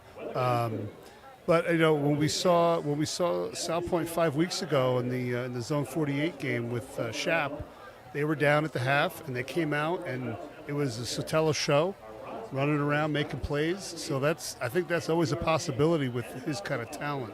One of those guys that he got involved in that Chaparral game was Nate Spivey. Mm-hmm. He's one of those athletic kids. It's somewhat like Kobe. He's got a lot of spring in those legs. He can get up there. I think the difference that I've seen so far is that Shap played a lot of man. And Red Mountain has been playing a lot more zone and keeping guys over the top, making them work the underneath stuff and taking away the deep throws. I see their kicker, Mr. Fisk, trying to drill him from 50 yards out here at the break. And he's pushed it wide right once. Let's see what he does with his second opportunity. But we saw that in the Cardinals game where they had assigned Matt Amendola off to somebody's practice squad, and he kept pushing the ball right pregame. They asked him to kick late in the game to tie up the ball game for the Cardinals last week. He missed it right, and it was the same action that you saw in pregame demonstrated on the field in the game, and it's amazing how that works out that way. Yeah, what you do in practice is what you do in the game, Kev, and you know that's true for any position, not just kickers. When you think about the defense for Red Mountain, I don't know if we highlighted any guys, but I know Caleb Heydrich and Champ Dennis both played their tails off in that first half. Heydrich has made some fantastic plays, especially in the 2 sacks. I was going to say in the backfield, tackles for losses. Yeah, he's doing a great job. The coverage has been really good in the secondary as well, and like you mentioned, the corners more than willing and able to come up and make tackles in the run game. So they're doing a great job. Chris, before the game, I spoke with DJ Foster. He's part of the Yearview broadcast along with Scooby Wright, but the idea of conversation, speaking with DJ Foster, an alum at Arizona State University, the idea of keeping Coach Aguano employed here in town at ASU, and the idea of that, he said, you know, there's a lot of hurdles to overcome for Coach Aguano, but as far as that, the idea in the warm fuzzy category, everybody is on board, and those sanctions that we just don't know about, I believe they're going to have a lot to do on how swiftly Michael Crow and Ray Anderson can hire a head coach here at ASU. It's tough, and who knows if the NC2A will even be around in 2 years. That's always a question as well. So Fisk drills this one over and away from Lennox Lawson, and Carter Crispin will buckle up the chin strap as he heads onto the field with a 14-3 lead as they put 12 minutes up on the Longines scoreboard. Kevin Derryberry alongside Chris Andrianis. To my right is Tyler Evil. He is the stadium voice of the Mountain Lions. And we are in the Parker & Sons press box. Glad you could be part of our Friday night. Bodie Wagner will begin the second half starting at one wide receiver spot. He's in the X position to the near side with Jacoby in the Z to the far side. They'll set up a screen to Lennox Lawson in space. He's got blockers from 30, 35, 40, 45, 50. No one's going to catch him. 40, 30, 20, 15, 10, 5. That's going to be a touchdown, an 80-yard touchdown run for Lennox Lawson on the beautifully executed screen over the middle of the field. And there's a Henley Walker flag down on at the the 34-yard flag. line, and this one looks like it might be coming back. We talked about the big plays for Lennox Lawson. You just can't get that ball in his hands enough that he just erased an 80-yard house call. That is one of the most frustrating things because it looks like it was behind the play. Once Lennox has taken off, you need to just let go and just stop. You know, they're not catching them from that point. That, and you know, Chris, that is a skill set that you could speak to us right here on tonight's broadcast. The timing of when to let go is absolutely everything, whether it's a touchdown or not, right? Well, I think for most holding, it's usually guys just stop moving their feet. They get lazy and they grab on. As soon as you stop moving your feet as a blocker, you're gonna get dragged or pulled, and you're gonna turn the guy, and it's gonna be obvious for the official. So being a spot foul, it'll be 1st and 8 from the 22-yard line. Crispin on the rollout. His pass is in and out of the hands of Gunnar Moore. So Gunnar Moore got belted at the same time. Yeah, that's a heartbreaker there. Dinos Drassos with the tackle there, and I tell you what, Dinos left his feet. He lit up Gunnar Moore. That was a ball-separating type play. So as all the kudos and praise we've given to Gunnar Moore, it is still warranted. Again, he was running a great crossing route. You have to credit the defense every now and then, right? Yeah, they were all over that, and Red Mountain's run that a couple times already tonight. So I think they need to go to another variation, keep them honest. Part of that mesh concept where you got the receiver Gunnar Moore crossing over the middle of the field, and the quarterback in that case, Carter Crispin, on the rollout, beautifully delivered the football. But again, great defense by Dinos. And here comes the Lancer run blitz again. Reitzman there to lead the charge, and he'll have a tackle for a loss. Gianni Edwards was the ball carrier, and he was taken out. That was a great play, getting in the backfield with Connor Reitzman. Unblocked defenders can wreak havoc there, and they certainly did on that play. Yeah, when you come in unabated, Chris, free reign to the quarterback or the tailback, advantage you. Mm-hmm. Clock moving, 11:04 to go in the third quarter. Working from his own 20-yard line now, working right to left is Carter Crispin with 4 wide receivers. He's got single coverage to the near side with Jacoby Lane. Defending him is Armani Sheriff. No safety help at this point. Snap back to Carter. He throws, and the ball is caught by Jacoby Lane. And Jacoby Lane makes a nice little move and picks up some additional yardage after the catch. But again, the delivery of the football right on time, right on target, and out of the curl of the break for Jacoby Lane, that ball was on the money. That's one of those, the West Coast offense is predicated on timing throws. When the quarterback and the receiver are in sync and the ball comes out on time, it can't be defended. It just can't. Fourth reception of the night for Jacoby Lane. That one good for 19 yards. And that is going to be a fresh set of downs here for the Mountain Lions. Working from their own 39-yard line. This will be Lennox Lawson as Lennox takes the football, then darts right into that front four of the defense as they were swarming to the football. Great job there by the white shirts flocking to the rock, and they really didn't allow Lennox a chance to get those legs moving. Yeah, I think they're determined to take the run from Lennox away and force Red Mountain to be one-dimensional here. Jake Steinberg picks up his 18th tackle of the campaign. Approaching 10 minutes here in this early stage of the third quarter. They go right back to the screen. Here comes Lennox again. Gets a block at the 45. Down the sidelines and finally pushed out of bounds. Owen Gonzalez making Orlando Gonzalez a touchdown saving push out of Lennox Lawson. And they ran the screen again. Excellent execution. This time, no flags. Salpointe has been heating them up with blitzes quite consistently now for the last probably 15 plays. Great way to stop blitzing is to run a screen. And make it pay for the heat. Pressure coming, and Red Mountain delivered it. For Carter Crispin, his pass to Lennox Lawson, that was a 25-yard catch and run. 1st and 10 for the Lancers' 35-yard line, already staked to a 14-3 lead here. I'm surprised we haven't seen some multiple counts from their cadence, try to draw them off sides. They're trying to time up the blitz. They go back behind the play. Again, it's Jacoby Lane. Jacoby makes the catch, and as he corrals the football, and his knees hit the turf, and they're going to mark him down on the 30-yard line. But again, it's a quick delivery of the football for Carter Crispin. One other way to combat that heavy pass rush is to get rid of the rock quickly. The ball out quickly, yeah. I've noticed tonight that Jacoby's been lining up really wide, almost to the sideline. Yeah. He'll line up just outside the numbers after a 5-yard catch. Lennox Lawson remains the tailback. In the slot to the left is Connor Skidmore, the tight end. Snap back to Crispin. Double move. Here comes the pressure. He's going to go down. He's going to get sacked by Jake Steinberg. Jake Steinberg with his 3.5 sack of the campaign. He gets the quarterback. Rushing was coming in from the outside. No pun intended there, Chris, but 95, all 6'6" of them applying some heat from the other side. Yeah. There was a protection breakdown there. Just when they seem like they're getting in rhythm and they're starting to move the ball, they get pressured, get a sack. I wouldn't be surprised if you see another screen or draw here. That would be the third consecutive play on this drive that the Lancers have blitzed Carter Crispin. Bodie Wagner lines up on the numbers. B-dubs. Jacoby on the numbers to the outside. And there goes Gunnar Moore in motion.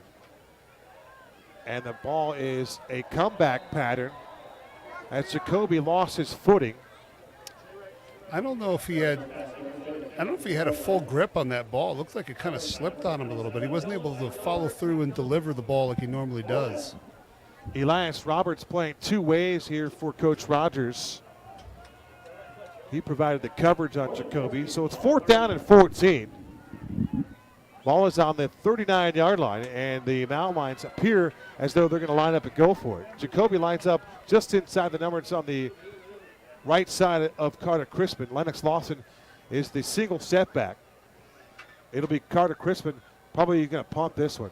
Yep, and oh boy, he didn't punt it as if he was Ray Guy right there, but he did get it off the right side of his foot. So that was going to be that pre-planned pooch punt by the quarterback, and this time Crispin just fanned on that one. That wasn't even barely a pooch, it was a poo.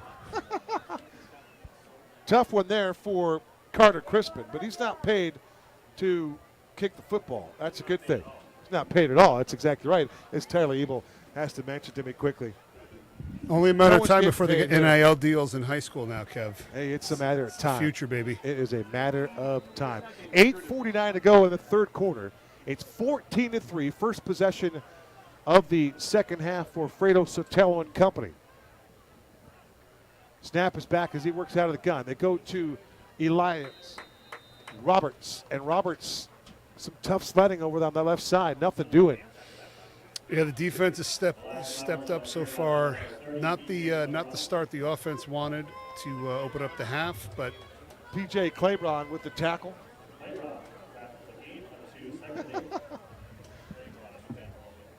Gain of 2 for Roberts. 2nd and 8 for the Mount Line 40-yard line. Plays coming in for the sidelines here for Salpointe Catholic. 2 wide receivers to the left, 2 to the right, including the speedster Cordell Killingsworth. Lined up to the near side. Castaneda will defend him from about 6 yards away. Sotelo to the far side of the field, and he zips the pass into Felix. As Felix slips through 2 defenders, and he'll pick up the extra yardage to move the chains. So a nice delivery of the football by Sotelo. And for Gage Felix, he came out to get the football and then made a nice move to pick up the first down. Yeah, it was a nice play, good timing throw. You know, if you didn't have the context and you're watching the coaches on the other side, it looked like they're doing some kind of choreographed dance, and they're sending their signals in over there. It's kind of fun to watch. Sotelo to Felix, gain of 12, 1st and 10 for the Mount Line 48-yard line. Play fake for Sotelo, wants to go deep, far sideline, and the ball is incomplete. Yeah, they tried to go skinny post there, and the safety got in his line of vision just enough, was able to swipe at the ball.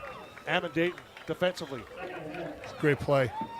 So Gates Felix took that route from the numbers and bent it in towards the far hash marks, not quite towards the boundary. But he had his man beat, and had that football been delivered on time, that would have been a walk-in touchdown for Gates Felix. That could change the complexion of this game very quickly. So I expect to see some more of that here as we progress. Now we're faced with a 2nd and 10 from the 48-yard line. Heydrich showing blitz. Here he comes. And he's going to get a batted down pass. Caleb Heydrich set that play up on the blitz, and he was there, and he put his mitts up there and batted that pass down at the line of scrimmage. That is textbook football from Caleb Heydrich. Yeah, we've seen that a lot, especially in the pro and college game the last few weeks. Can't get to the quarterback, disrupt the throw, get a hand up. You know, we saw the Giants beat the Packers in London last week. Some batted balls at the end. That's a fantastic point, Chris. Aaron Rodgers had 2 balls batted down at the line of scrimmage in London, and that thwarted any chance of a come-from-behind victory for the Pack last Sunday. 3rd and 10 for Sotelo. He passes over the middle, and the ball is in and out of the hands of Sheriff. That's some smoke on that one. It did. Great defense by Red Mountain. Xavier Sanchez was in the vicinity along with Tanner DeMassa, who had dropped back in some pass coverage. But that pass had a lot of gas on it, and it was just too hot to handle for Armani Sheriff. Does this feel like a punt fake kind of situation here? You know, you're midfield. Your defense played well in the first series. I don't know. What it feels like right now for me, Chris, is a hot dog. I've seen a couple of those working in the stands here, including Mr. Peevler. And here is Fisk with a punt. It'll be Lennox, as Lennox will watch this one carry him out of bounds. But that ball by Fisk, a good punt, another one inside the 20. The kicking game here for Salpointe Catholic is top-notch. On point. I think Mr. Peevler might be getting the call from Nathan's to go take on Joey Chestnut. That's something to it. You talk about the style in which he devoured that dog is where the points come in.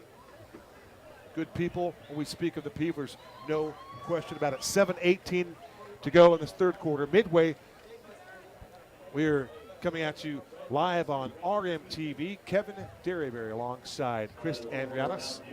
There is plenty of baseball being played around. You're going to talk about baseball at a football game. And I just have to check the score real quick. We go to the 8th. It's 2-1 San Diego.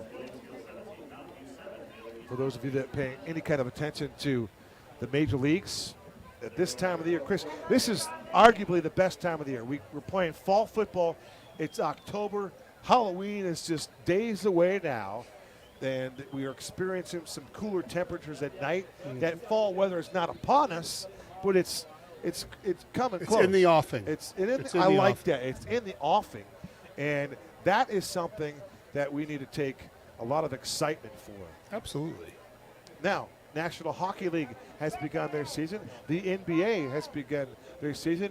And you're smack dab in the middle of it in college football. This is arguably, and then with the postseason baseball, this is where it's at. NFL going on. Best time of year, man. This is really good.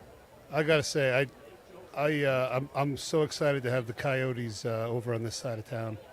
It's going to be great. I love live hockey. Nothing better. There is nothing better, in a sense. Being an Edmonton Oilers fan since 1980, and there's been some ups and downs, let me tell you. And right now with Connor McDavid, the ups are pretty fun. Hopefully there'll be a playoff team, and the Edmonton Oilers, go ahead and write it down here, in October on the 14th day, are going to win the Stanley Cup. Write it down. Mark it down. Start sending me gear. I don't know. I've always Tyler been a Eagles Rangers laughing at fan. me, but I don't know if he's a Bruins fan or he's still into this Tampa Bay stuff. But Colorado's pretty good too. I'll give them some credit. All right, Crispin ready to go. He'll work and begin this drive operating from his own 15-yard line. The deep back is Lennox Lawson. Out of the pistol. There goes Jacoby coming wide. It's a handoff to Lennox, and Lennox is going to be stacked up at the line of scrimmage for no gain. They're having a heck of a time blocking 53. Yeah. Steinberg's been living in the backfield the last few plays. Jake Steinberg was there, Elijah Rushing was there, and David Goodman. All three converged on Lennox Lawson for the 1-yard loss. As They Jacoby don't lines up to the far side. We don't have height and weight for these guys, but Jake looks like he's tipping the scales at past 250, maybe even 270. He's pretty thick. He's a big boy. He's a stout young man. Probably about 5'10", I'll give you the 250 little for sure. fire plug. 260. Second and 11 for the 14-yard line. Rushing.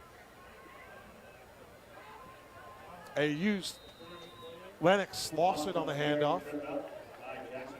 Yeah, he left his feet there. It was a little dangerous going up in the air. You never know. No guarantee how you're going to land. Jackson Green took out Lennox Lawson and took him down to the turf as Lennox left his feet, as CA just indicated. That is a dangerous play, to say the least. So now it'll be third down at 6. Possession play here for Carter Crispin. Let's see what Coach McDaniels dials up here on a possession play working from their own 19-yard line. There goes Jacoby Lane in motion. Here comes the pressure. And Carter Crispin's going to slide through the pressure momentarily. He's going to fight for the first down. He's going to end up a little bit short, but he had to dodge the hurry of Elijah rushing among others. Goodman was there. Well, again, Steinberg as well. But too many white shirts around the one black shirt for Carter Crispin. He's going to be just shy. It'll be 4th and 2, and you need to pump this football. Yeah, not a great start here offensively for the Mountain Lions. It seems like whatever the Salpointe coaches had to say to their D at halftime, it worked. They fired him up a bit. I believe so. So Maurer from his own 9-yard line. Back deep is Gage Felix around the 43. Not to mention everybody gets offended when you schedule them as a homecoming opponent. Although this day and age, that can't really be helped. So that Maurer punt got hung up in this wind, and it took a big-time Lancer carom. You know, we mentioned that, I don't know if we did this in pregame or what. This is the third meeting between Salpointe Catholic and Red Mountain. Yeah. Was that live or was that was live. before? Okay. Yeah. Then everybody knows already. Yeah. This is the third meeting. The first 2 meetings were in the playoffs. But what I took away from that first loss to Salpointe Catholic, 21-13, in 2003, it thwarted Jim Jones' three-peat bid for Red Mountain. Just couldn't believe that. That was an interesting play there. It was my understanding that on a punt, once the kick team has touched it, no advancement. You can't advance the ball. And they allowed them to advance that football. So I'm wondering what the officials are going to do here. I'd like to think they're talking it over, or this has gone to replay, but that's not the case either. Salpointe New York's Catholic on the line. Has made the postseason in 35 of their 70-year history. They've been to the second season in 6 consecutive years as Salpointe Catholic football. That's what you call program rich. That is a football program. Whether it's 4A, 5A, or now the 6A, the Lancers will play you. And now that they're in 6A, I think they probably will have the record for most miles traveled over the course of a football season. You think so? Coming from Tucson, and they play every other team up in the valley. Yeah, well, those teams are going to have to travel down to Tucson next year. What a lovely drive. As we traveled them around a Mountain View last year. In the last decade, the Salpointe Lancers have been a model program. Under former head coach Dennis Benet and Eric Rogers, they finished a 10-year run with a dynamic 102-21 record, including 7 double-digit win campaigns. That's tradition rich right there. And I'll tell you right now, this possession has a chance to change this game right now. It really does. If they're able to punch it in, make it a one-score football game. And they begin this drive at the 25-yard line. It actually moved up 5 yards from where we were at the break. So Tell to the air. Now he's going to roll out and pass the ball towards the middle of the field. And there was an acrobatic attempt making a tremendous catch over the middle of the field. That was Armani Sheriff. And for the junior, his idea would be there's a new sheriff in town after that catch. I was waiting for that one. And that's just too easy, right? That's an 8-yard catch for the sheriff with this jurisdiction inside the 20-yard line. This is Red Mountain's jurisdiction as the Lancers are in the red zone. I've noticed they have a number of guys that play both ways, offense and defense. So I wonder if that becomes a factor as this game goes on. Tyler Martinez is in the slot to the right. So Tello wants to run the football as he does a little dancing and prancing behind the line of scrimmage. Here comes a late flag from the referee. A face mask or a horse collar, I believe. Jennings was able to stabilize Sotelo, stand him up and take him down, give him the tackle. And let's see what this penalty is going to be about. Chris thinks it's going to be a personal foul face mask against Red Mountain, and he's absolutely right. It's so hard, you have guys running and grabbing and just trying to get the runner down. It happens. I don't know. They used to be able to differentiate between one that was meant to harm and one that was accidental. Now it's just all 15 yards. Yeah, there was an inadvertent face mask, and now there's a 15-yard flagrant as well. So they go the latter there. First and goal to go for Sotelo and company, down 14-3, late stages of the third quarter. Sotelo has an empty backfield. There goes Felix in motion to the Sotelo. Scrambles, pumps. He's going to run to the 5, and that's all he'll go. Tanner DeMassa, one of those guys there. Great teamwork there by the Mountain Lions defensively. And here comes a late flag. So there is some talking and some jabbering going on here, some extracurricular conversation as the the referee official continues to point towards the Red Mountain side. And now the referee will indicate towards Coach Enders what the infraction is. This will be an unsportsmanlike penalty against Red Mountain. And now Coach Enders is looking for an explanation. And so they've got the explanation. Could not have worse timing with a penalty like that. Now you're putting your team in a tough situation here. Brad Broyles, the AIA official, the one that made the call, he threw the flag as well. So it'll remain second and goal now. They'll just go half the distance now. They'll take it for the 2. Sotelo is going to try to take the snap and find his way towards the end zone, and he was denied. This game's getting a little chippy, Kev. We got tempers beginning to flare, and the Mountain Lions have kind of let the Lancers hang around a bit, and they're about to make this very interesting. Only in the East Valley region. Salpointe Catholic with 11 rushing touchdowns on the season. Sotelo has 4 of those. That leads the team. This is the third and goal for the 1. You got a new quarterback. They try to sneak again, and the Mountain Lions are going to stand tall. The defense, outstanding work again to stack up. Yeah, this is a game-changing moment right here. Whatever happens. So it'll be 4th and goal from the 1-foot line now. Jacoby Lane has checked in to play some defense at one cornerback position. He's going to defend and line up across from Gates Felix. Advantage Jacoby Lane. He's got 7 inches of height. It'll be Fredo Sotelo again. Do they try to sneak one more time? They do, and this time it looks like he got himself in the end zone. He did. They put him up. That'll be a touchdown for Fredo Sotelo. At the 1:57 mark, Sotelo punches it in for the 5th time of the season for Salpointe. And they're going to go for 2. And let's see what Coach Rogers wants to do here. Coach Rogers succeeded Dennis Benet back in 2020 when he was named the 15th head coach in Lancer coaching history.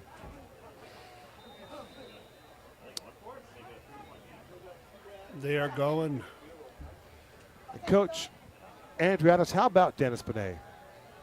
19 years, from 2002 to 2019, he was the head coach for the Lancers. He leads their tenure hierarchy, 184-44. They had some fantastic teams. They just win. They're going to go for 2 from the 3-yard line. Sotelo is the quarterback. And this will be razzle-dazzle. They're going for the Philly special. It'll be Gates Felix to take it in and score the 2-point conversion. Boy, it looked as though for Red Mountain that King Griffin had a shot on Gates Felix at the 5-yard line. He popped it pretty good. He broke the tackle and took it in the end zone for the 2-point conversion. Got to wrap up. Let's see what the penalty's all about. It's on Salpointe, I believe. So now do you change your plan here or you keep going for 2? If I'm Coach Rogers, I'm going to take I see why they're doing. You know what? You got to go for 2. We've seen their kicker. They got a great kicker. He was trying to boot him in at halftime from 50 yards out. So there's a belief that in the 4th quarter, they might be kicking the ball this way. Yeah, the thought process is it doesn't matter if you're down 5 or 6. Well, Just if you want to try to get it to 3. Yeah, if you get exactly. And that's what they're trying to do. So Sotelo is going to get the play from Coach Rogers and company. The deep back will be Elias Roberts. And now we're going to get a timeout. I was going to say, that was a long time. And let's see who takes the timeout. I believe the Lancers have taken the timeout. So this 2 points, if they can get it, will be an expensive 2, because they've not only they are going to have to deal with a penalty, they're going to have to try to punch this in for 2 points from the looks like the 8-yard line, Chris. These are the timeouts that you use for nuts and bolts things. Couldn't get the play in on time, couldn't make a decision. They come back to haunt you late in close games, because when you need them, you don't have them. You really want to be judicious with your timeout usage, particularly in the second half. No question about it. 1:57 to go, 14-9. We are still in the 2-point conversion phase for the Lancers. Lancers off a 37-13 win over Cienega at home. And they're going to kick, Kev. And now they're going to go for the point out, or at least show that they're going to go for the point out. They had a conversation about something. So Carson Fisk is the place kicker. Owen Brock will be their holder. And now it'll be a point after try from the 15-yard line. So 25 yards away, the Fisk kick is good. Our new score, Red Mountain 14, Salpointe Catholic 10. 1:57 to go in the third quarter. We have a brand new ball game. It is a one-possession contest. Chris Andriatis. Yeah, it's imperative for the offense to come out and, at the very minimum, put a drive together and move the football and get their defense some rest. The defense is out there for quite a bit on that last series. So, obviously you would like to go down and punch it in, but a sustained drive would be just what the doctor ordered at this point. For those of you new to the 6A East Valley region, Salpointe Catholic at 3-2. They've won 2 straight. They're at the top. Red Mountain at 3-2, right behind Salpointe. Queen Creek at 3-3. Williamsfield at 2-3. They've lost 3 straight games after opening the season 2-0. And then the Toros, they are 2-3 as well. That is your new East Valley region. And you think about this Tucson rivalry here beginning tonight. Only the 3rd time these 2 schools have faced each other between Red Mountain and Salpointe. But Queen Creek has developed a nice little rivalry as well. And then Williamsfield at Mountain View, we certainly know about the Battle of Brown Road. Mm-hmm. But the schedule upcoming here is going to be an awfully lot of fun here for us here in the booth, Chris. Absolutely. I'm looking forward to it. So Lennox will not get an opportunity to return it again. Smart work by the Lancers. So Carter Crispin on the offense now. If we talk about, any kind of pressure, if you will, that the offense needs to deliver a drive here, they need to get some points. Absolutely. And they've tried to establish the run game again in the second half, and they've been unable to do it so far. Some penalties have hurt them, some ball handling issues. They need to respond here. This is a big drive for the offense. First 2 guys off the sideline, Jacoby Lane, Gunnar Moore. They line up right next to each other, the right side of Carter Crispin. Here comes Bodie Wagner. He's yet to be targeted this evening. Connor Skidmore, the tight end, lines up to the near side in a wideout position. There goes Lennox. He's going to make the catch in the backfield.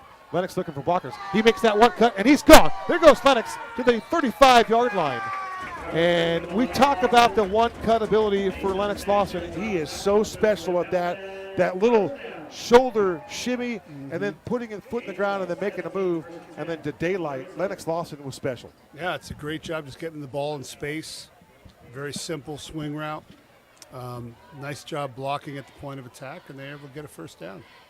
It's almost like, in that Ferrari, we're going to pop the clutch in first and second gear, chirp them, and that's exactly what Lennox Lawson did. A gain of 17 yards, first and 10 mound lines. Back to Lennox, makes the first man miss, bounces to the outside to 40, 45, and he'll fall forward towards the 50-yard line. That's a 14-yard run for Lennox Lawson, and now he's starting to run downhill, and he's doing a lot of shiftiness. He just put 2 juke moves on those 2 defenders that were just unbelievable.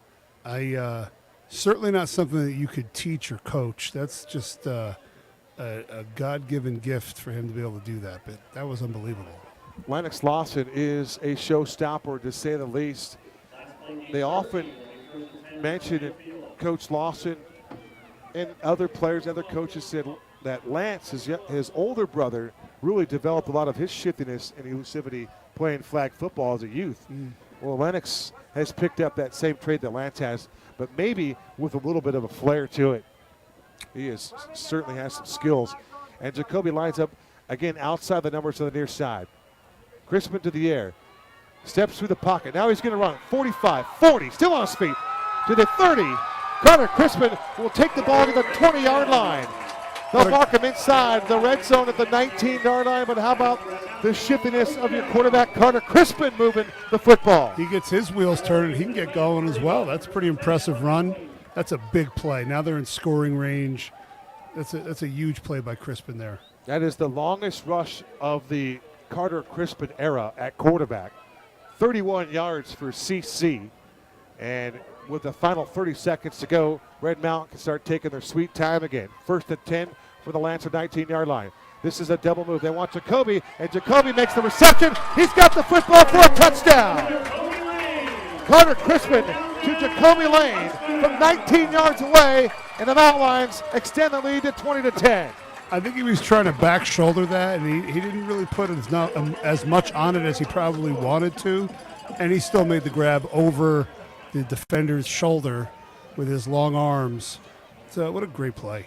Touchdown pass number 13 for Carter Crispin, and for Jacoby Lane, his 7th touchdown catch of the year. And Shekinah Rigrish will come on for the point after try. Out of a Chris Castaneda hold. Placement down. The kick is on its way, and the kick is right through the upright. Oh! It hit the upright. So the ball hit the upright, and it clanked off. Oh, my.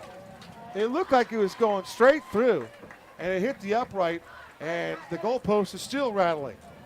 So point after try is negated. 22.6 seconds to go. It's 20-10. And Carter Crispin set that touchdown drive up with a 31-yard run right up the middle. Great response by the offense. 5 plays, scoring drive? 5 plays, yeah. Getting the ball in the hands of their playmakers. You know, there's not a secret, you know, what winning offensive football is. Get the ball to your playmakers in space and let them do what they do. And they did what they did. Chris, not to, to deviate from the topic at hand here. Sure. We go to the 9th at Petco. It's 2-1 Padres. Talking baseball again. For some people, it's significant. All right, here comes Shekinah Rigrish. So, boy, and you know what? I did not say that Shekinah was perfect on that last try. So there's no broadcaster's jinx on the missed point after try from Shekinah. She was 22 for 22 before that miss, Chris. She's now 22 of 23, for those of you that I like to say are in higher math. I like what Red Mountain's doing with their kickoff. They're in an unorthodox formation where they're in stacks, because return teams like to count outside in to determine who's got who on the blocking scheme. So it just makes it harder for them. They got to count on the fly now.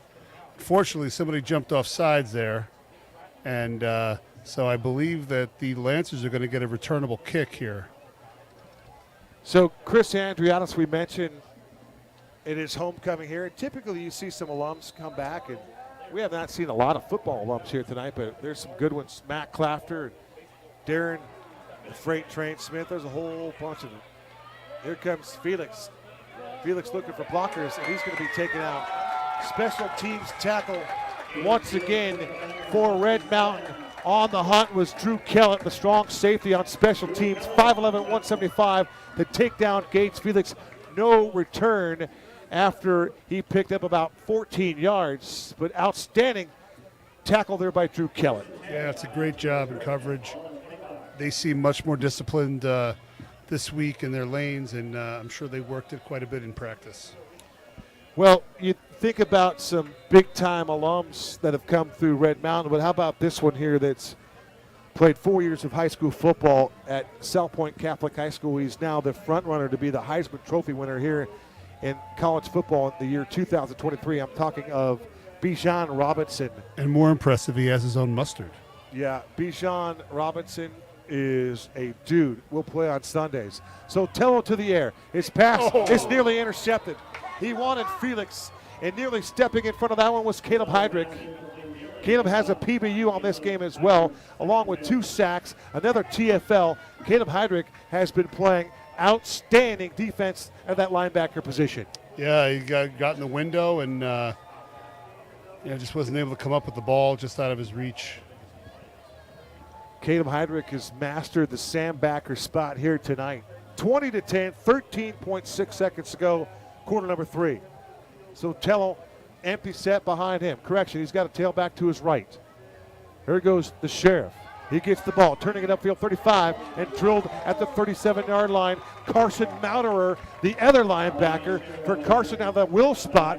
He's there to take down the ball carrier and put him down with authority. How about that lick by Carson Mouterer? It's a nice play. Any kind of solo tackle on these backs is impressive. Their backs are pretty stout. And now we go to the fourth quarter. Third and medium play here. There's a big stop coming up here for the defense if they can get it done. Our final play of quarter number 3 with a Carson Mouterer lick on the ball carrier, Mr. Sheriff. And as we head into break, our nose tackle, Stephen Van Beekum, wears yellow shoes. Chris, tell us about why he wears yellow shoes. Yeah, we were commenting on it in previous games because we kept thinking there was a flag on the play. And it turns out that his mom has night blindness, and she's unable to see who's who, and the shoes differentiate him from everybody else. So great job for helping your mom out so she could cheer for you, bud. Tell you what, that is spectacular. Anything you could do for family, anything you could do to help make that experience work out. You can somewhere, I believe, you can hear Sweet Caroline in the faint background of some music here at Jim Jones Field on the campus of Red Mountain High School. Mountain Lions lead it 20-10. And, for the first game in region play, Chris, it's been pretty sound thus far, wouldn't you say? It's been a great game, and we've seen both teams battle back and be able to do some things. So, yeah, I think if this is any indicator of what the league is going to be like, it's going to be a great stretch here to the rest of the season. Are you surprised that the Lancers haven't run the ball as effectively with Elias Roberts? I'm surprised they haven't called his number a little bit more. No, I'm not. I think we've seen the defense be pretty solid against the run in weeks past. When they have not had success, it was against, a truly elite back and Mr. Valentine over at Chandler. Other than that, they've pretty much held runners in check. King Griffin and Jamison the Blade Wade have checked in for Red Mountain. The Blade, a 6'1", 200-pound freshman linebacker, will play right there in the middle. 4th and inches here. 4th and a short one here for Sotelo. Takes the snap, and he's going to fight his way for first down yardage, and he's going to move the chains. He needed a half yard, he got a yard. Yeah, they've same thing they did on the goal line. It looked like Red Mountain didn't want to commit everybody to stopping that. I think they were thinking might be a play action kind of take a shot type of situation. So they played it more conservatively there. Dalen Goodman is the tailback, 190-pound senior. He is flanked to the right of Fredo Sotelo in a 4 wide receiver package. Here comes Heydrich on the blitz. Sotelo slips through the pack. The ball's intercepted. The ball is picked off. Red Mountain's going to get a takeaway. Great job batting the ball. And then the other Johnny on the spot, who I can't see who it is. Is it Heydrich? Well, Heydrich was involved in the play. I can't say I'm surprised. What a play. Yeah, neither of us up here in the booth. Sotelo was just going to slide through there. I thought he was going to run the football, Chris. And then he decided to just toss the ball, and it was batted down at the line of scrimmage, tip drill in effect. And I don't know if it was Heydrich or Champ Jennings that might have picked the ball off. I believe it was Heydrich because he was the last one coming out of the pile. He was the last one there. So if Caleb Heydrich intercepted that football to go along with 2 sacks, a TFL, and everything else he's done tonight. Heck of a game. The pressures, the hurries, Caleb Heydrich, have yourself a night, young man. It'll be Crispin looking Taking for a Lennox. shot. Yeah, I love And it. Lennox was taken off the route. Good coverage provided by Mason Sanchez. So the clock will stop with 10:35 to go in the fourth frame. It's 20-10, Red Mountain. One of the Lancers coach lost their play sheet up on the top. I took a gander at it. So the idea is that Jamison, the Blade Wade, intercepted that football Oh, it was the unofficially. Blade. Oh, good for him. So he just checked into the football game and got a pick right away. Yeah, just dropped right into his lap. That's awesome. 2nd and 10 from the 35-yard line of Salpointe. Quick pass to the outside. That's Jacoby Lane trying to slip a tackle. He does initially. Penalty marker from the far side of the field. Jacoby with his 6th catch of the game. Sean Merritt took him out. They were not lined up legally. This will be a penalty assessed to Red Mountain. Illegal formation was the preliminary indication from Yep, you Brad Royals. can't cover up a receiver inside of you. I don't know if it was procedure or the hand behind the hat, ineligible. Ineligible man? Or is that a legal form? I don't know. It wasn't a shift. Either way, it was a 5-yard penalty assessed to Coach Anders' football team. 2nd and 15 for the Lancer 40-yard line. Trips to the left. Carter's being pressured. He throws behind, and the ball is batted around. I think he's trying to thread a pass into a really tight window to Lennox Lawson. He was the target.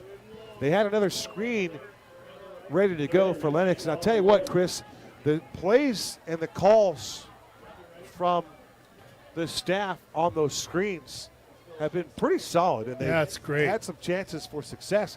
And remember, one of those screens went for an 80-yard touchdown only to have it called back. Yeah, that was a gut wrencher. You go back to it because it's still there. You just got to be able to catch and throw and catch. Again, you have to credit the Lancers for the pressure. They actually forced the issue on that screen. So nice job there by the Lancers. There goes Bodie Wagner in motion. Chrisman gets the knee-high snap. Winds up deep ball. Looks for Gunnar Moore, and the ball is incomplete. Oh, yeah. Gunnar Moore He gave it to collided him. with Armani Sheriff, and nobody in that group between Sheriff and Gunnar Moore was making a bid for the football. You just saw the collision that was well beyond the 5 yards. That was one of the more underutilized part of the mesh concept. That was a wheel route coming out of the backfield there, and you got to peek that every once in a while. And he thought he had something he liked with Moore, and I think he would have caught that if he hadn't gotten shoved. It looked like, from my vantage point, that Gunnar initiated the contact, but either way, it was a pass interference penalty assessed to the Sheriff, Armani Sheriff. Chris waiting to come up with another law enforcement reference, but there's nothing there. Maybe something about his tin star. Clock stops at 10:02. It's 20-10 here in the fourth quarter. Jacoby Lane lines up to the near side. Nate Spivey will defend him with his pink socks and pink attributes. One-on-one coverage, no safety help. Now there goes Jacoby in motion to the left. And now we're going to get another penalty. And this will be from the back judge. He's the one that's keeping the time on the field, so that was a delay of game for Red Mountain. You can see the back judge count it down. When they get to 5 seconds, he will actually initiate a 5-second countdown if you're looking towards the back judge. I don't know how many people, Chris, that will watch a game start taking a look at the back judge. The quarterback should be. Well, that's a fact. But I want to go back to why can't we get the play clocks back on the field? And it's hard. The check with me game, it can be really effective. You get you in the right call. But your operations got to move a lot quicker. There goes Skidmore in motion to the left. Snap back to Crispin. He's looking left. He's going for the sideline, and the ball is He caught. came up with that catch. Bodie Wagner with an acrobatic catch. Dubs. penalty marker on the play. Let's see what the foul is all about. But Bodie Wagner selling out, laying out, and making an outstanding acrobatic catch. And that was Jacoby Lane-esque. That was a heck of a grab. He was off balance. I was falling, maybe even on his back, and reached up and got 2 hands on the football. Carter Crispin to Bodie Wagner. First time that Wagner is targeted this evening. He makes the catch. It's good for 28 yards. And now here comes the pitch to Lennox Lawson. And Lennox is going to be grabbing the backfield and take it down. Great work there, but finishing up the play with the tackle was Roberto Duran. Roberto Duran? Oh, okay. You The go. boxer? Hey, what happened to here? What happened to Roberto? So, yeah, Roberto Duran, former boxer. But they're going to go with Jacob Rivera. That's coming up. Did we talk boxing? We did. I was gonna You say. tried to tell me that that Tyson Fury was a UFC fighter last time. Oh, no, there's another Fury. There's another Fury. Hey, I'm all Ray Leonard, man. I'm all Ray Leonard. Crispin to the handoff and trying to rumble into the end zone. That's Lennox Lawson. L3 breaks the plane of the goal line. He's in the end zone for the second time here this evening. And the Mountain Lions have extended the lead to 26-10, 9:02 to go in the fourth quarter. Yeah, that's a big play there. They're able to capitalize on the turnover. It's a nice turn of events for the Mountain Lions. The interception from the freshman, the Blade, and it was really set up by Caleb Heydrich. His ferocity of rushing the passer and the intensity that he was playing with, batting balls down, creating tip drills and whatnot. James the Blade Wade with the pick that sets that up.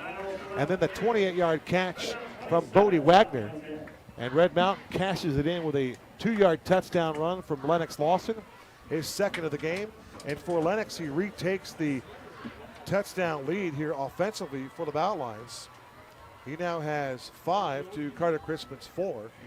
Point after try by Rigorish is straight through. And it's now 27-10 with 9 minutes to go in the fourth quarter on Homecoming 2022. Yeah, that was a great drive. I think it's a little too soon to call it a clincher, but the Lancers certainly have their backs against the wall at this point. They're going to have to start pushing the ball down the field and quickly. And obvious passing situations really allow a defense to tee off on the quarterback and do some things they normally wouldn't do if they don't have to worry about the run. If you're Salpointe and you're Fredo Sotelo, how do you open up the offense to try to get back on this one? I'd go some sprint out and get him on the move right away. And, just start taking some shots downfield. I mean, you don't have to get it all in one play. I think you do have to start pushing the ball downfield more. We haven't seen a whole lot of that so far. Just a couple instances, and they weren't able to come up with them. So they need to connect on a couple of those to get this thing back into a 2-score game. CA, let's go back to the University of Texas' Bijan Robinson. Yeah. In high school here at Salpointe Catholic, for Bijan, he played in 46 games. He had 527 carries. He rushed for 7,036 yards on those totes. That's a 13.5-yard average. Only 153 yards a game. He had a long run of 99. He had 32 games over the century mark, and he had 103 touchdowns. I'm speaking of Bijan Robinson of the University of Texas, of Lancer football fame. That is maybe, and Christian Kirk's in the category as well, but those two guys may be the most prolific offensive players we've ever seen come through here, the great State 48 to play on the gridiron. And that's saying something because we've had some really great ones here. And this just in, he's good. He's really good. Okay, so the Lancers trailing 27-10 in their first game of the East Valley region. We'll send out Fredo Sotelo with 3 wide receivers. Spivey is in the slot to the left. Alarcon is the wide receiver to the bottom of your screen, and there goes Bettis in motion. and the pass is incomplete. Applying the pressure, give another hurry to double force, Caleb Heidrich. Yep. I mean, he's all over the place tonight. He's having a heck of a game. Yeah, those swing passes are tough because every receiver runs that swing a little bit differently. And, they have to kind of adjust on the fly, and they weren't able to come up with it on that one. Caleb Heidrich is turning in arguably one of the best games of his young career. He has been a lot of fun tonight. Sotelo to the air. He throws down the field, and the ball is incomplete. And out of the second, that's not necessary. That's not necessary by the line judge. I'll tell you what, Elijah Albee with an outstanding defensive play. And the wide receiver was kind of hung out a little bit, Armani Sheriff, and he got absolutely tattooed by Albee.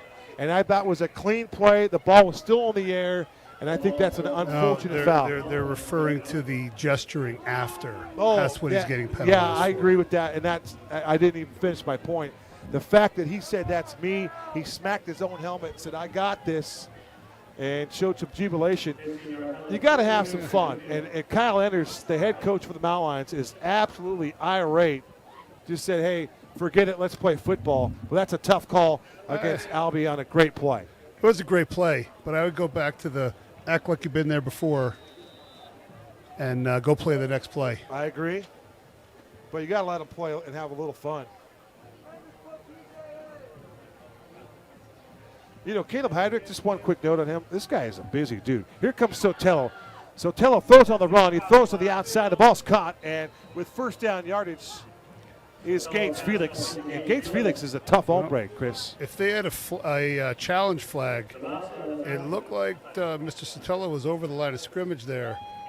But I believe the rule is as long as any part of the body is still on the line of scrimmage or behind it, it's a legal throw. That's a tough play. Again, bang, bang. But the credit to the Lancers for the completion to Gates Felix and his toughness to make the catch and then get the yardage necessary to move the sticks. First and 10 for the Mountain line, 39-yard line. Working right to left. There's Fredo Sotelo. Spivey in the slot to the left. This is a ground play. They run it to Roberts. And again, Roberts with just little room to roam in the interior of that defense by Red Mountain, led by the edge rusher, in this case, Tanner DeMassa. So we haven't been calling much defensive line names tonight, and I think that's because they're just sucking up blocks and letting the linebackers get free runs to make plays, and they're doing a great job doing it. They are doing an outstanding job. Those linebackers are having themselves a phenomenal evening. 2nd and 8 after the 2-yard gain by Roberts. Sotelo to the air. Drops back. He makes the completion over the middle of the field, and that is Sheriff. Armani Sheriff makes the catch. And they're going to say the ball was down, but Sheriff made that reception in traffic, but Sotelo continues to put the football in some really tight windows. Yeah, they're not going to go away. They're going to keep fighting this Lancer team. So we'll see how this progresses here. Still a lot of time left in this football game. Sotelo to Armani Sheriff, a gain of 14 yards. That'll be enough to move the sticks. 1st and 10 from the 23-yard line. How about Dayton? Ammon Dayton with the tackle there in the secondary. 1st and 10 from the Mountain line, 23-yard line. Empty set for Sotelo. Slides to the left, fires to the left, and the ball is caught inside the 15-yard line by Alarcon. And the junior wide receiver makes the nice reception and then slips through a tackle and takes the ball towards the 7-yard line. And that will be 1st and goal to go for the Lancers from that spot. I'm really impressed with Sotelo's ability to throw off balance, off platform, as they say. He threw a rope on that one. He was falling away. They run left to Roberts, and Roberts is going to try to get to the goal line. He can't do it. On the previous play, it was Sotelo to Alarcon for 17 yards. 1st and goal to go, Salpointe. And on the pitch left to Roberts. Great defense again by the Mountain Lions. Yeah, we'll see what they come out. It looks like they're going to get heavy, coming in with an extra big boy. I'm thinking something Goodman's up the middle. checked in of the up back. Touchdown saving tackle on the previous play by by King Griffin and Jamison Wade. The up back here is Goodman. And it'll be Goodman on the receiving end of this one, and the fullback makes the reception for the easy 2-yard touchdown. Fredo Sotelo to Dallin Goodman. And Goodman makes the catch. Point after try pending here. It's 27-16, but Sotelo with his 13th touchdown pass of the season. Yeah, I mean, you bring in the extra lineman, you put a linebacker at running back. All indications seem like it's run. It's not. It's a pass to the linebacker, and he catches it for an easy touchdown. I'm just guessing that Kevin Stefanski made that play call from Cleveland. Kevin Stefanski. He's the head coach for the Browns. Yeah, I know. He's got the best back in the NFL, Nick Chubb, and on first and goal to go, he likes to go play action. I don't like it. I don't like the call. He may have the numbers, Lee, but I'll take my boy Saquon any day. Oh, yeah, no. Saquon's on the shelf again. He's got a bad shoulder this week. I hope he's up. Hey, listen, if mano a mano, Saquon Barkley is a hell of a player. But Nick Chubb is really good. No, Chubb's really good. Chubb's not the receiver that Saquon is. Yeah. And maybe Saquon has that Lennox Lawson type one cutting ability. But Nick Chubb will bowl you over.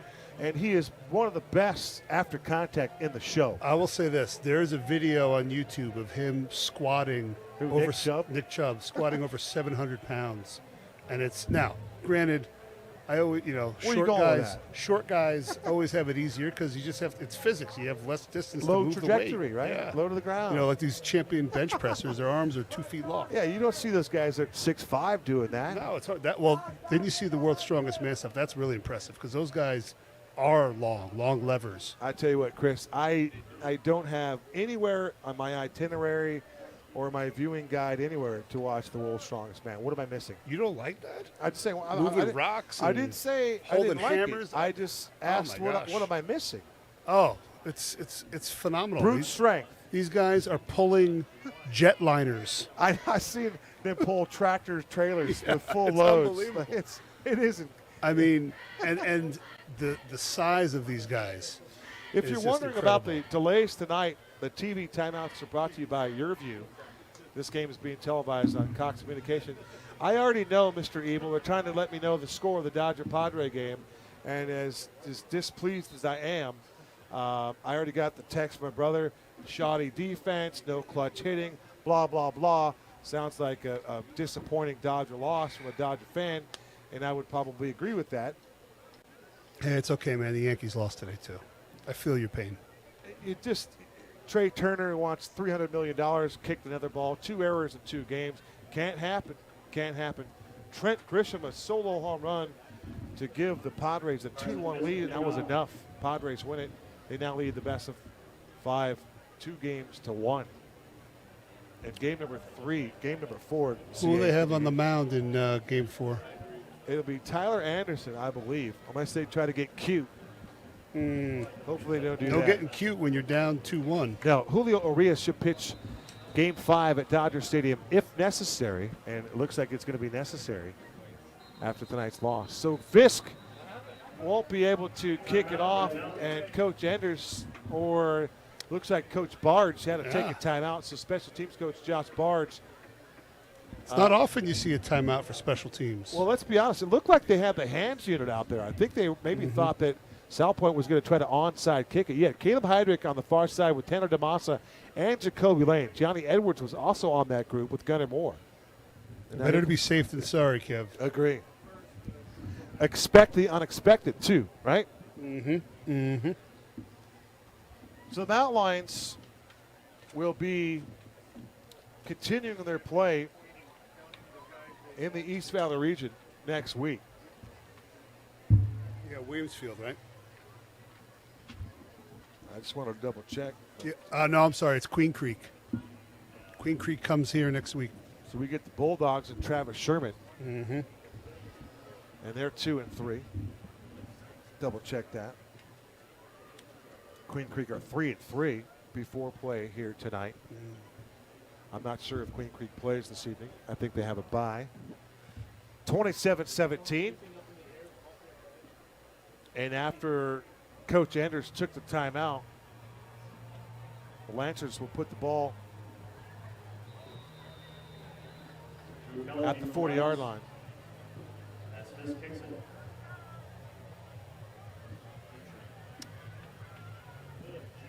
Try to place it. And I didn't see. Did you see who caught that, Kev? Yeah, that was Gianni Edwards on the special teams group. Did a nice job playing center field there. Was able to get on the right angle and pull that ball in. So Gianni secures the football. 6:23 to go on the Longines Parker & Son scoreboard. A 10-point lead here for Kyle Enders boys here on Homecoming 2022. It's been Caleb Heidrich putting on a show on the defensive side, and offensively, Lennox Lawson has scored 2 touchdowns. So Crispin to work from his own 30-yard line. Puts the ball into the chest of Lennox Lawson, and Lennox Lawson is going to try to find some daylight, and there's nothing there. No, that looked like they were trying to run an off tackle and just couldn't get off tackle. Jake Steinberg and Levi Peters combined on the stop of Lennox Lawson. And Jake Steinberg, he has been a standout performer on that D-line for, oh, check that. That was Edwards, the ball carrier. Lennox is not in the game right now. It's Gianni. And I'm looking around for Lennox. He's standing over here. He's just holding his helmet. He's not wrapped in ice or anything, so that's a good sign. Crispin to the air. Pass complete to Bodie Wagner, his second catch of the game.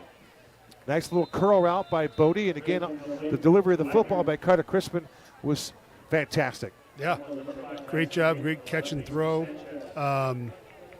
You know, sometimes you just got to try to run and get as many yards as you can, and the more you slide back and forth, the more defenders are coming to hit you.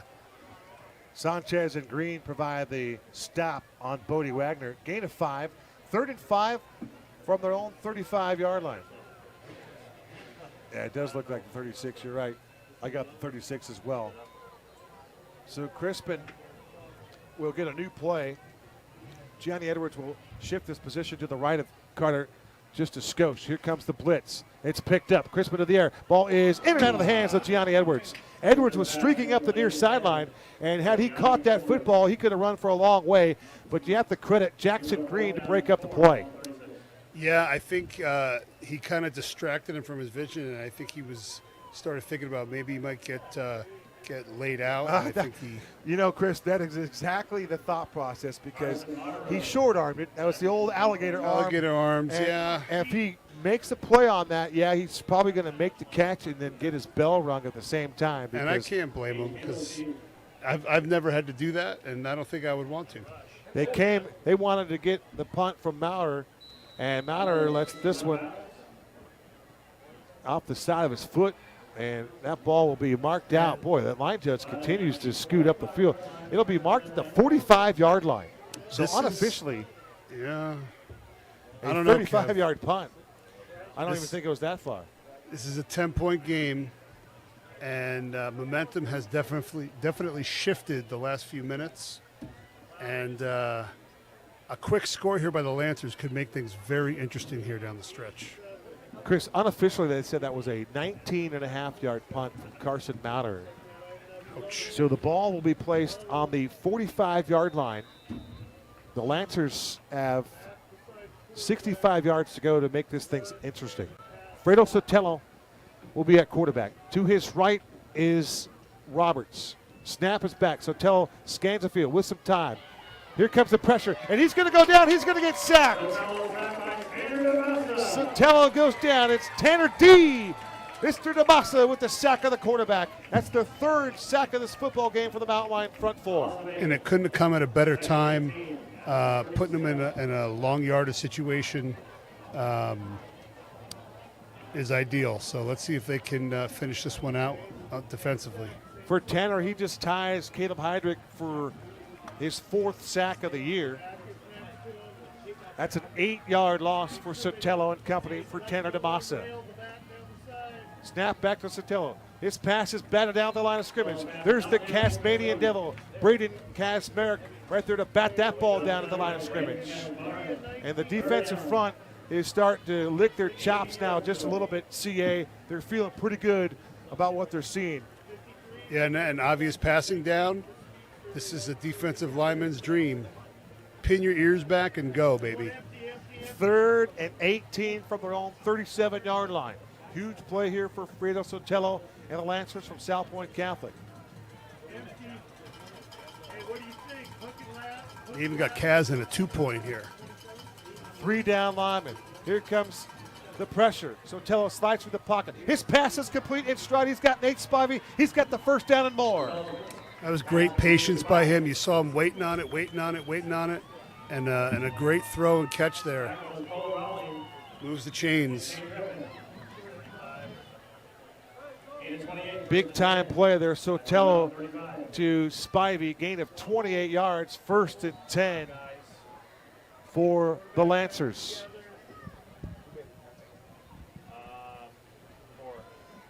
Rowley defensively. And the pass is dropped right in the breadbasket of Cordell Killingsworth. And that's going to kill that momentum of that play and this drive. Hit him in 2nd the and head? 10. I think he just right between the wickets of the hands. Oh, I thought it hit him right in the face. Wouldn't you like to see that one again? I would. I only have this partition in my way. I got to look right or left. Maybe I Come up move, here. Come join maybe I me. move to the left side. Come join me in the rarefied air. 2nd and 10 from the Red Mountain 35-yard line. Sotelo, he's going to take off, and on the run, he's going to drop a pass off, and it is going to be caught right over the middle of the field by Armani Sheriff, and King Griffin lets him know who is the king here, as the Sheriff got crowned by King on that tackle. There's a lot going on there. As a gain of 7. Somebody just doesn't know how to walk above us here. 3 minutes to go. 10-point ball game. Long count for Sotelo. Looking left, firing left, and the ball is caught at the 20-yard line. That's a first down grab by Alex. Make it Abel Alicant. I believe that's a Salpointe coach's stomping. I don't know whether it's jubilation or frustration. Mr. Ebel calls Abel Alarkin, and I call him Alarcon. So either way, it's just we just have no idea. We're just both guessing up here. Sotelo has an empty set. He works for the 19-yard line. He looks left. He zips a pass left, and he wanted Alarcon again, and the ball was too tall. King Griffin was working there along with Cole Rowley. I would say if you habla español, it's Alarcon. Alarcon. Oh, you can roll it. You can roll it. You can roll that. That's nice work right there. Thanks. See, weaving in a little Espanol on tonight's broadcast. See? See. My high school Spanish teacher would be proud. Oh, my gosh. All I know is La Cucaracha. Cockroach. And I know some other stuff, but we're going to leave that. Yeah, that's not safe for the air, This though. is a broadcast on RMTV. 2:30 to go. 10-point game. Mountain Lions in the driver's seat. 2nd and 10 for Sotelo. And he fires over the middle of the field, and the ball is caught at the 1-yard line. That is Armani Sheriff, and Sheriff gets decked right there. That was a big-time Both collision. players are down there, yeah. That's Sheriff not good. Got hit, and Albie, who is a bone-crunching hitter in his own right, and now you got Albie and the Sheriff down on their tails here, seeking some first aid, and that was just quite a 6A conference collision, Chris Andriatis. Yeah, it was, and Sotelo again buying time in the pocket and delivering a ball. You know, Fredo just refuses to be whacked. Fredo, he slides up. He's got excellent footwork. He really does. And the footwork has allowed him to extend plays and buying time, and he did it again on that sequence right there. He threw a strike over the middle of the field, and Sheriff, credit him because he got blasted by Albie. Elijah Albie, 5'9", 180, just put a pop on the wide receiver. Yeah, you just hate to see that anytime any player, you know, in this case, both players are down. Any kind of head injury is always concerning. Looks like number 3 is up for the Lancers. Well, Armani Sheriff, I'm not sure if he knows what area code he's in. to be honest with you, and I'd have to say the same thing about Albie. In his defense, he does live in Tucson. That's true. The 520 would be the area code for Tucson. Mm-hmm. He is currently in the 602 480. or 480 here in Mesa. Yeah. Okay. Come on. Yeah, I'm a 602 guy. I always have. been. Oh. Scottsdale's 480. Is it? So Albie will give way here, and credit Albie for that bone-jarring tackle on the Sheriff. First and goal to go for Sotelo. Still a ball game, folks. Still plenty of time here as Mauter will give way here on this goal line defense. They'll go back to the full house backfield. The deep back is Elias Roberts. The up back is Dalen Goodman. It's Sotelo under center. Sotelo turns, gives to Roberts. Roberts makes a man miss, and he's going to find his way into the end zone. That'll be an impressive 1-yard touchdown run for Elias Roberts. He's in the box again for the 4th time this season. That was an impressive 1-yard run, Chris. It was. And now, what we talked about earlier, because they had to burn a timeout to get a play call On the 2-point conversion. on a 2-point conversion, Yeah. now I think you're kind of forced to onside kick it because you can't stop the clock 3 times and force a punt back to you. So a point after try here makes it a 3-point game. Snap back, placement down, and nearly was blocked by Red Mountain. Tanner DeMassa gave it a good run to block that kick, but Fisk buries it. 2:11 to go in this 4th quarter. Our new score, Red Mountain 27, Salpointe Catholic 24. And the Lions need to wake up, Kev. They're kind of nodding off here. Got lulled to sleep a little bit, and they better snap to it and get into these last 2 minutes, or it could be real ugly. With 9:10 to go in this game, the Mountain Lions had a 27-10 lead. With 2:11 to go, it's now 27-24. And what would happen if you didn't get that interception from Jamison Wade? And how big of that play is? Oh, yeah, here? huge. Huge. And then you think about the penalties that got them first downs. There's certainly some things you can go back and look at. But for right now, you need to possess the ball, and I believe my math is correct. 2 first downs will wrap this thing up if they can collect this kick here. See, I mentioned about Caleb Heydrich. Caleb has 2 jobs. He's an official in soccer with the USA Soccer on the weekends, and then he works at Chuck's Fine Meats as well. So Caleb Heydrich sacks the quarterback, works at Chuck's Fine Meats. He's a soccer official, gets it done in the classroom. He is just one of those classic high school student athletes that does so many things. Jack of all trades. And he's a community guy. Good dude, Caleb So Heydrich. on that kick, the ball did not go 10 yards. It was touched within 10 yards by the Lancers. So the Mountain Lions will take the ball here and possibly even 1 first down. And how much time is left? Well, let me ask you a question. The last series, the Mountain Lions used Gianni Edwards. In this series, they're lining up to use Carson Mauter. So, again, I just throw the caution out there. Where is Lennox Lawson in this equation? And Lennox took his hat off in the middle of the field after a big play and a big collision. And you wonder if there's something to that. But Lennox is not in the ballgame at crunch time. This is Carson Mauter. And Mauter is going to hold on to the football for dear life. He takes a lot of peppering there, including Mason Sanchez delivering a hit. I was just going to say there, Kev, no matter what you do as the running back in this situation, hold on to the ball. Lancers take the timeout here. 2nd and 7, balls placed on the 44-yard line. And I see Lennox kind of drifting in towards the team. He's holding his helmet in his right hand. Yeah, he was talking to Dad a minute ago. Yes, he was talking to Coach Lawson. So if I see Lennox put his hat on, then that might be an indicator to me that he's ready to go. But, again, you're talking about a couple of run plays, and to not have the franchise on the football field is intriguing to me. Yeah, you would think this is the type of situation where you'd want him to finish it out.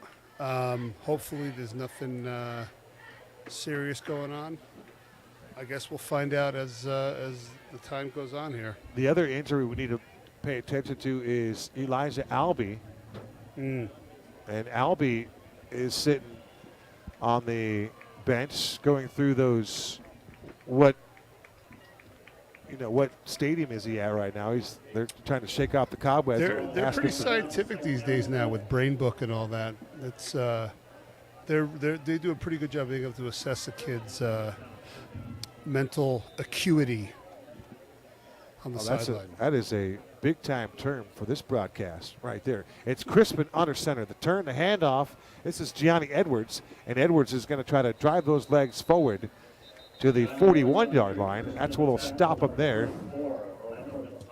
Number 34, Orlando Gonzalez, OG 3'4", 6 foot 215, his 7th tackle of this football game. Continues to make plays for the maroon and gold. And if this is the ball game right here. If the Mountain Lions are able to convert and get a first down, that should be it because the Lancers are out of timeouts. So, if the Lancers stop them, it'll be interesting because a fourth down here, do you go for it and just try to win the game on one play? I think it depends on what happens on third. Well, I think for Coach Enders, they could be and should be in 2-down territory here. So they got the 2 downs to work with. You need 4 yards. I'm going to try to get those 4 yards because if you get a first down, you're going to win this football game. I don't like the idea about the one play. Here's the other question. Is a pass verboten at this point? Absolutely. You got to run you got to run the football. You absolutely, unequivocally, with Jacoby Lane, have to run the football. You could run the rock. You could run an end around. You get cute. Why not? Give Jacoby a little jet sweep here. Fly sweep to Jacoby. Why not? 3rd and 4 from the 41-yard line. Instead, it'll be kind of Crispin, and Crispin's got the first down. How about a zone read, keep by the quarterback to move the chains, and that might be just enough to get this one done and put this one in the win column. That should be the nail in the coffin right there, Kev. So all the posturing up here in the broadcast booth, all the mind scheming, none of us were correct, and it was going to be a zone read from Carter Crispin. Why not? Oh, wait, enter the officials. There's a flag on the play. And he's pointing at the Mountain Lions. Oh, this is tough, and the timing of this foul is just blasphemy. And perhaps it was a foul, and we don't know the situation here. My guess is it's going to be after the first down. Still a first down, okay. There you go. But, man alive.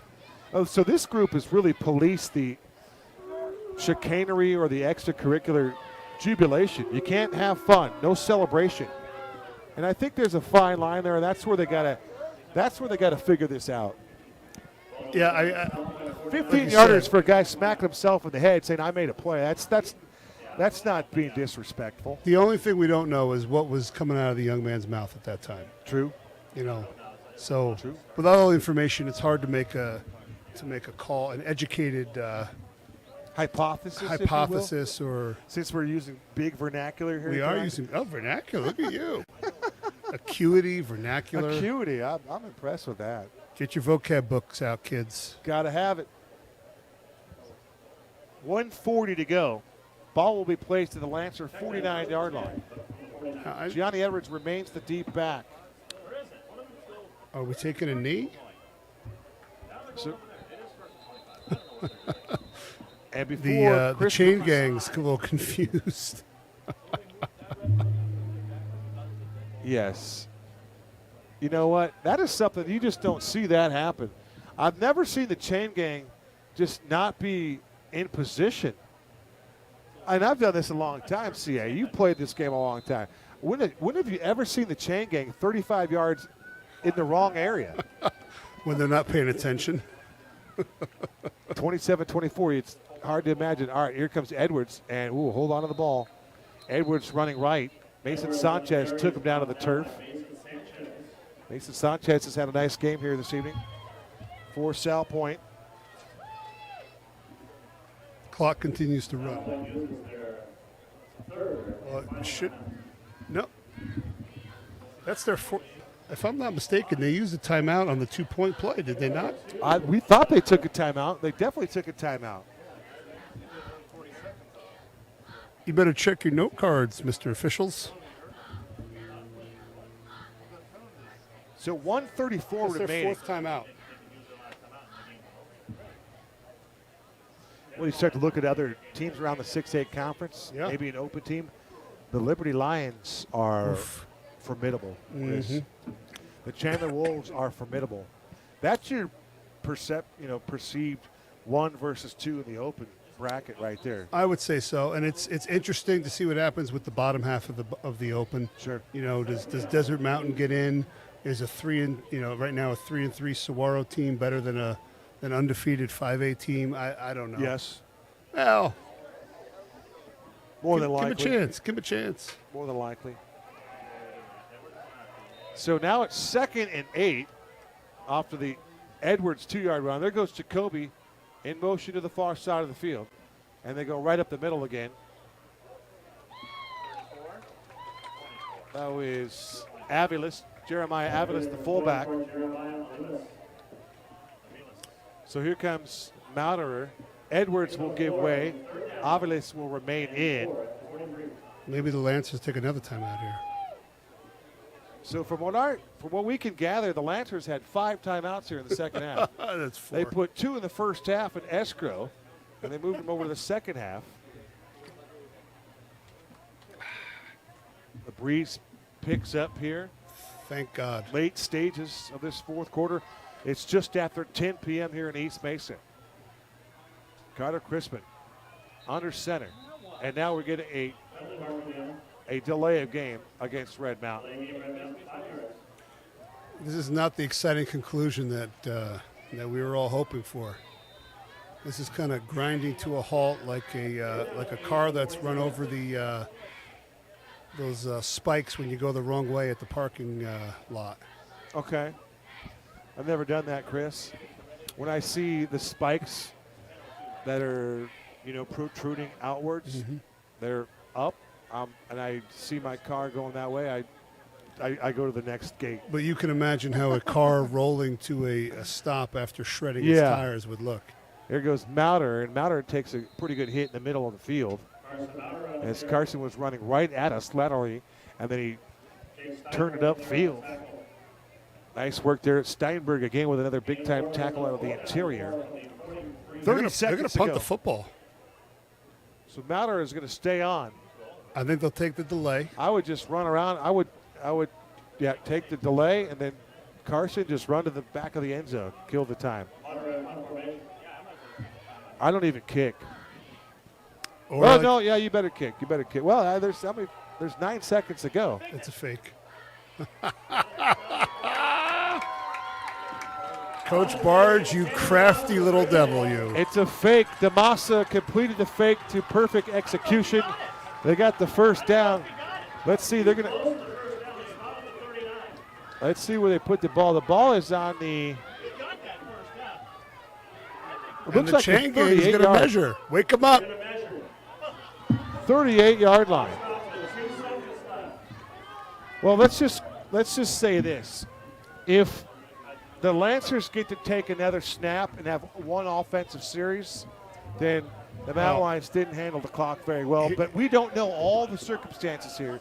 There's been some zany activity on the field that we are just not privy to from our perch here up in the press box. Theoretically, they could have snapped it and run backwards and taken a safety to run the clock Well, that's out. what I was saying. He should just run back to the end zone. I thought, well, no, with 10 seconds to go, I don't want him to take a snap at the 30 in case he can't get there.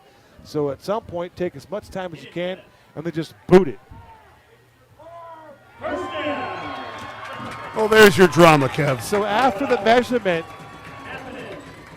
white hat official referee Brad Broyles indicates first down Mountain Lions, and that's your ball game. And that was an emphatic punch-out first down.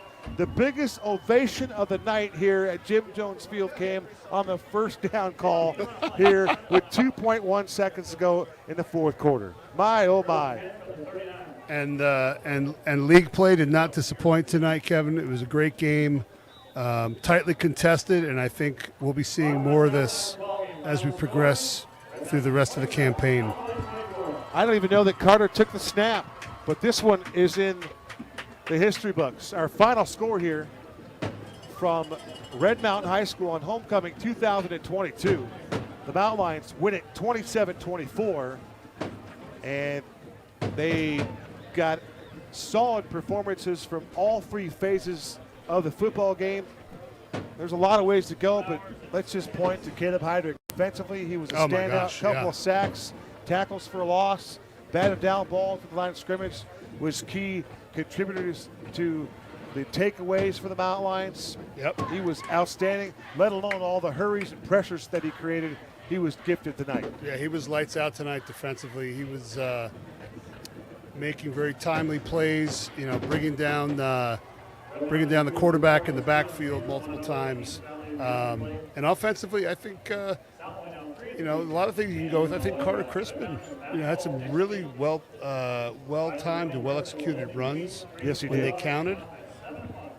Well, you think about that now. Do you kind of put Carter in another category where he's starting to slip into that dual threat, or is that not fair? Or, I mean, he's playing the part, and he's, the last couple of weeks he's really started to add the run game to his arsenal. I think the numbers don't lie in that respect. I think he's busted some big runs, and some of them designed and some of them not, and that only makes the Mountain Lions a more dangerous offense going forward.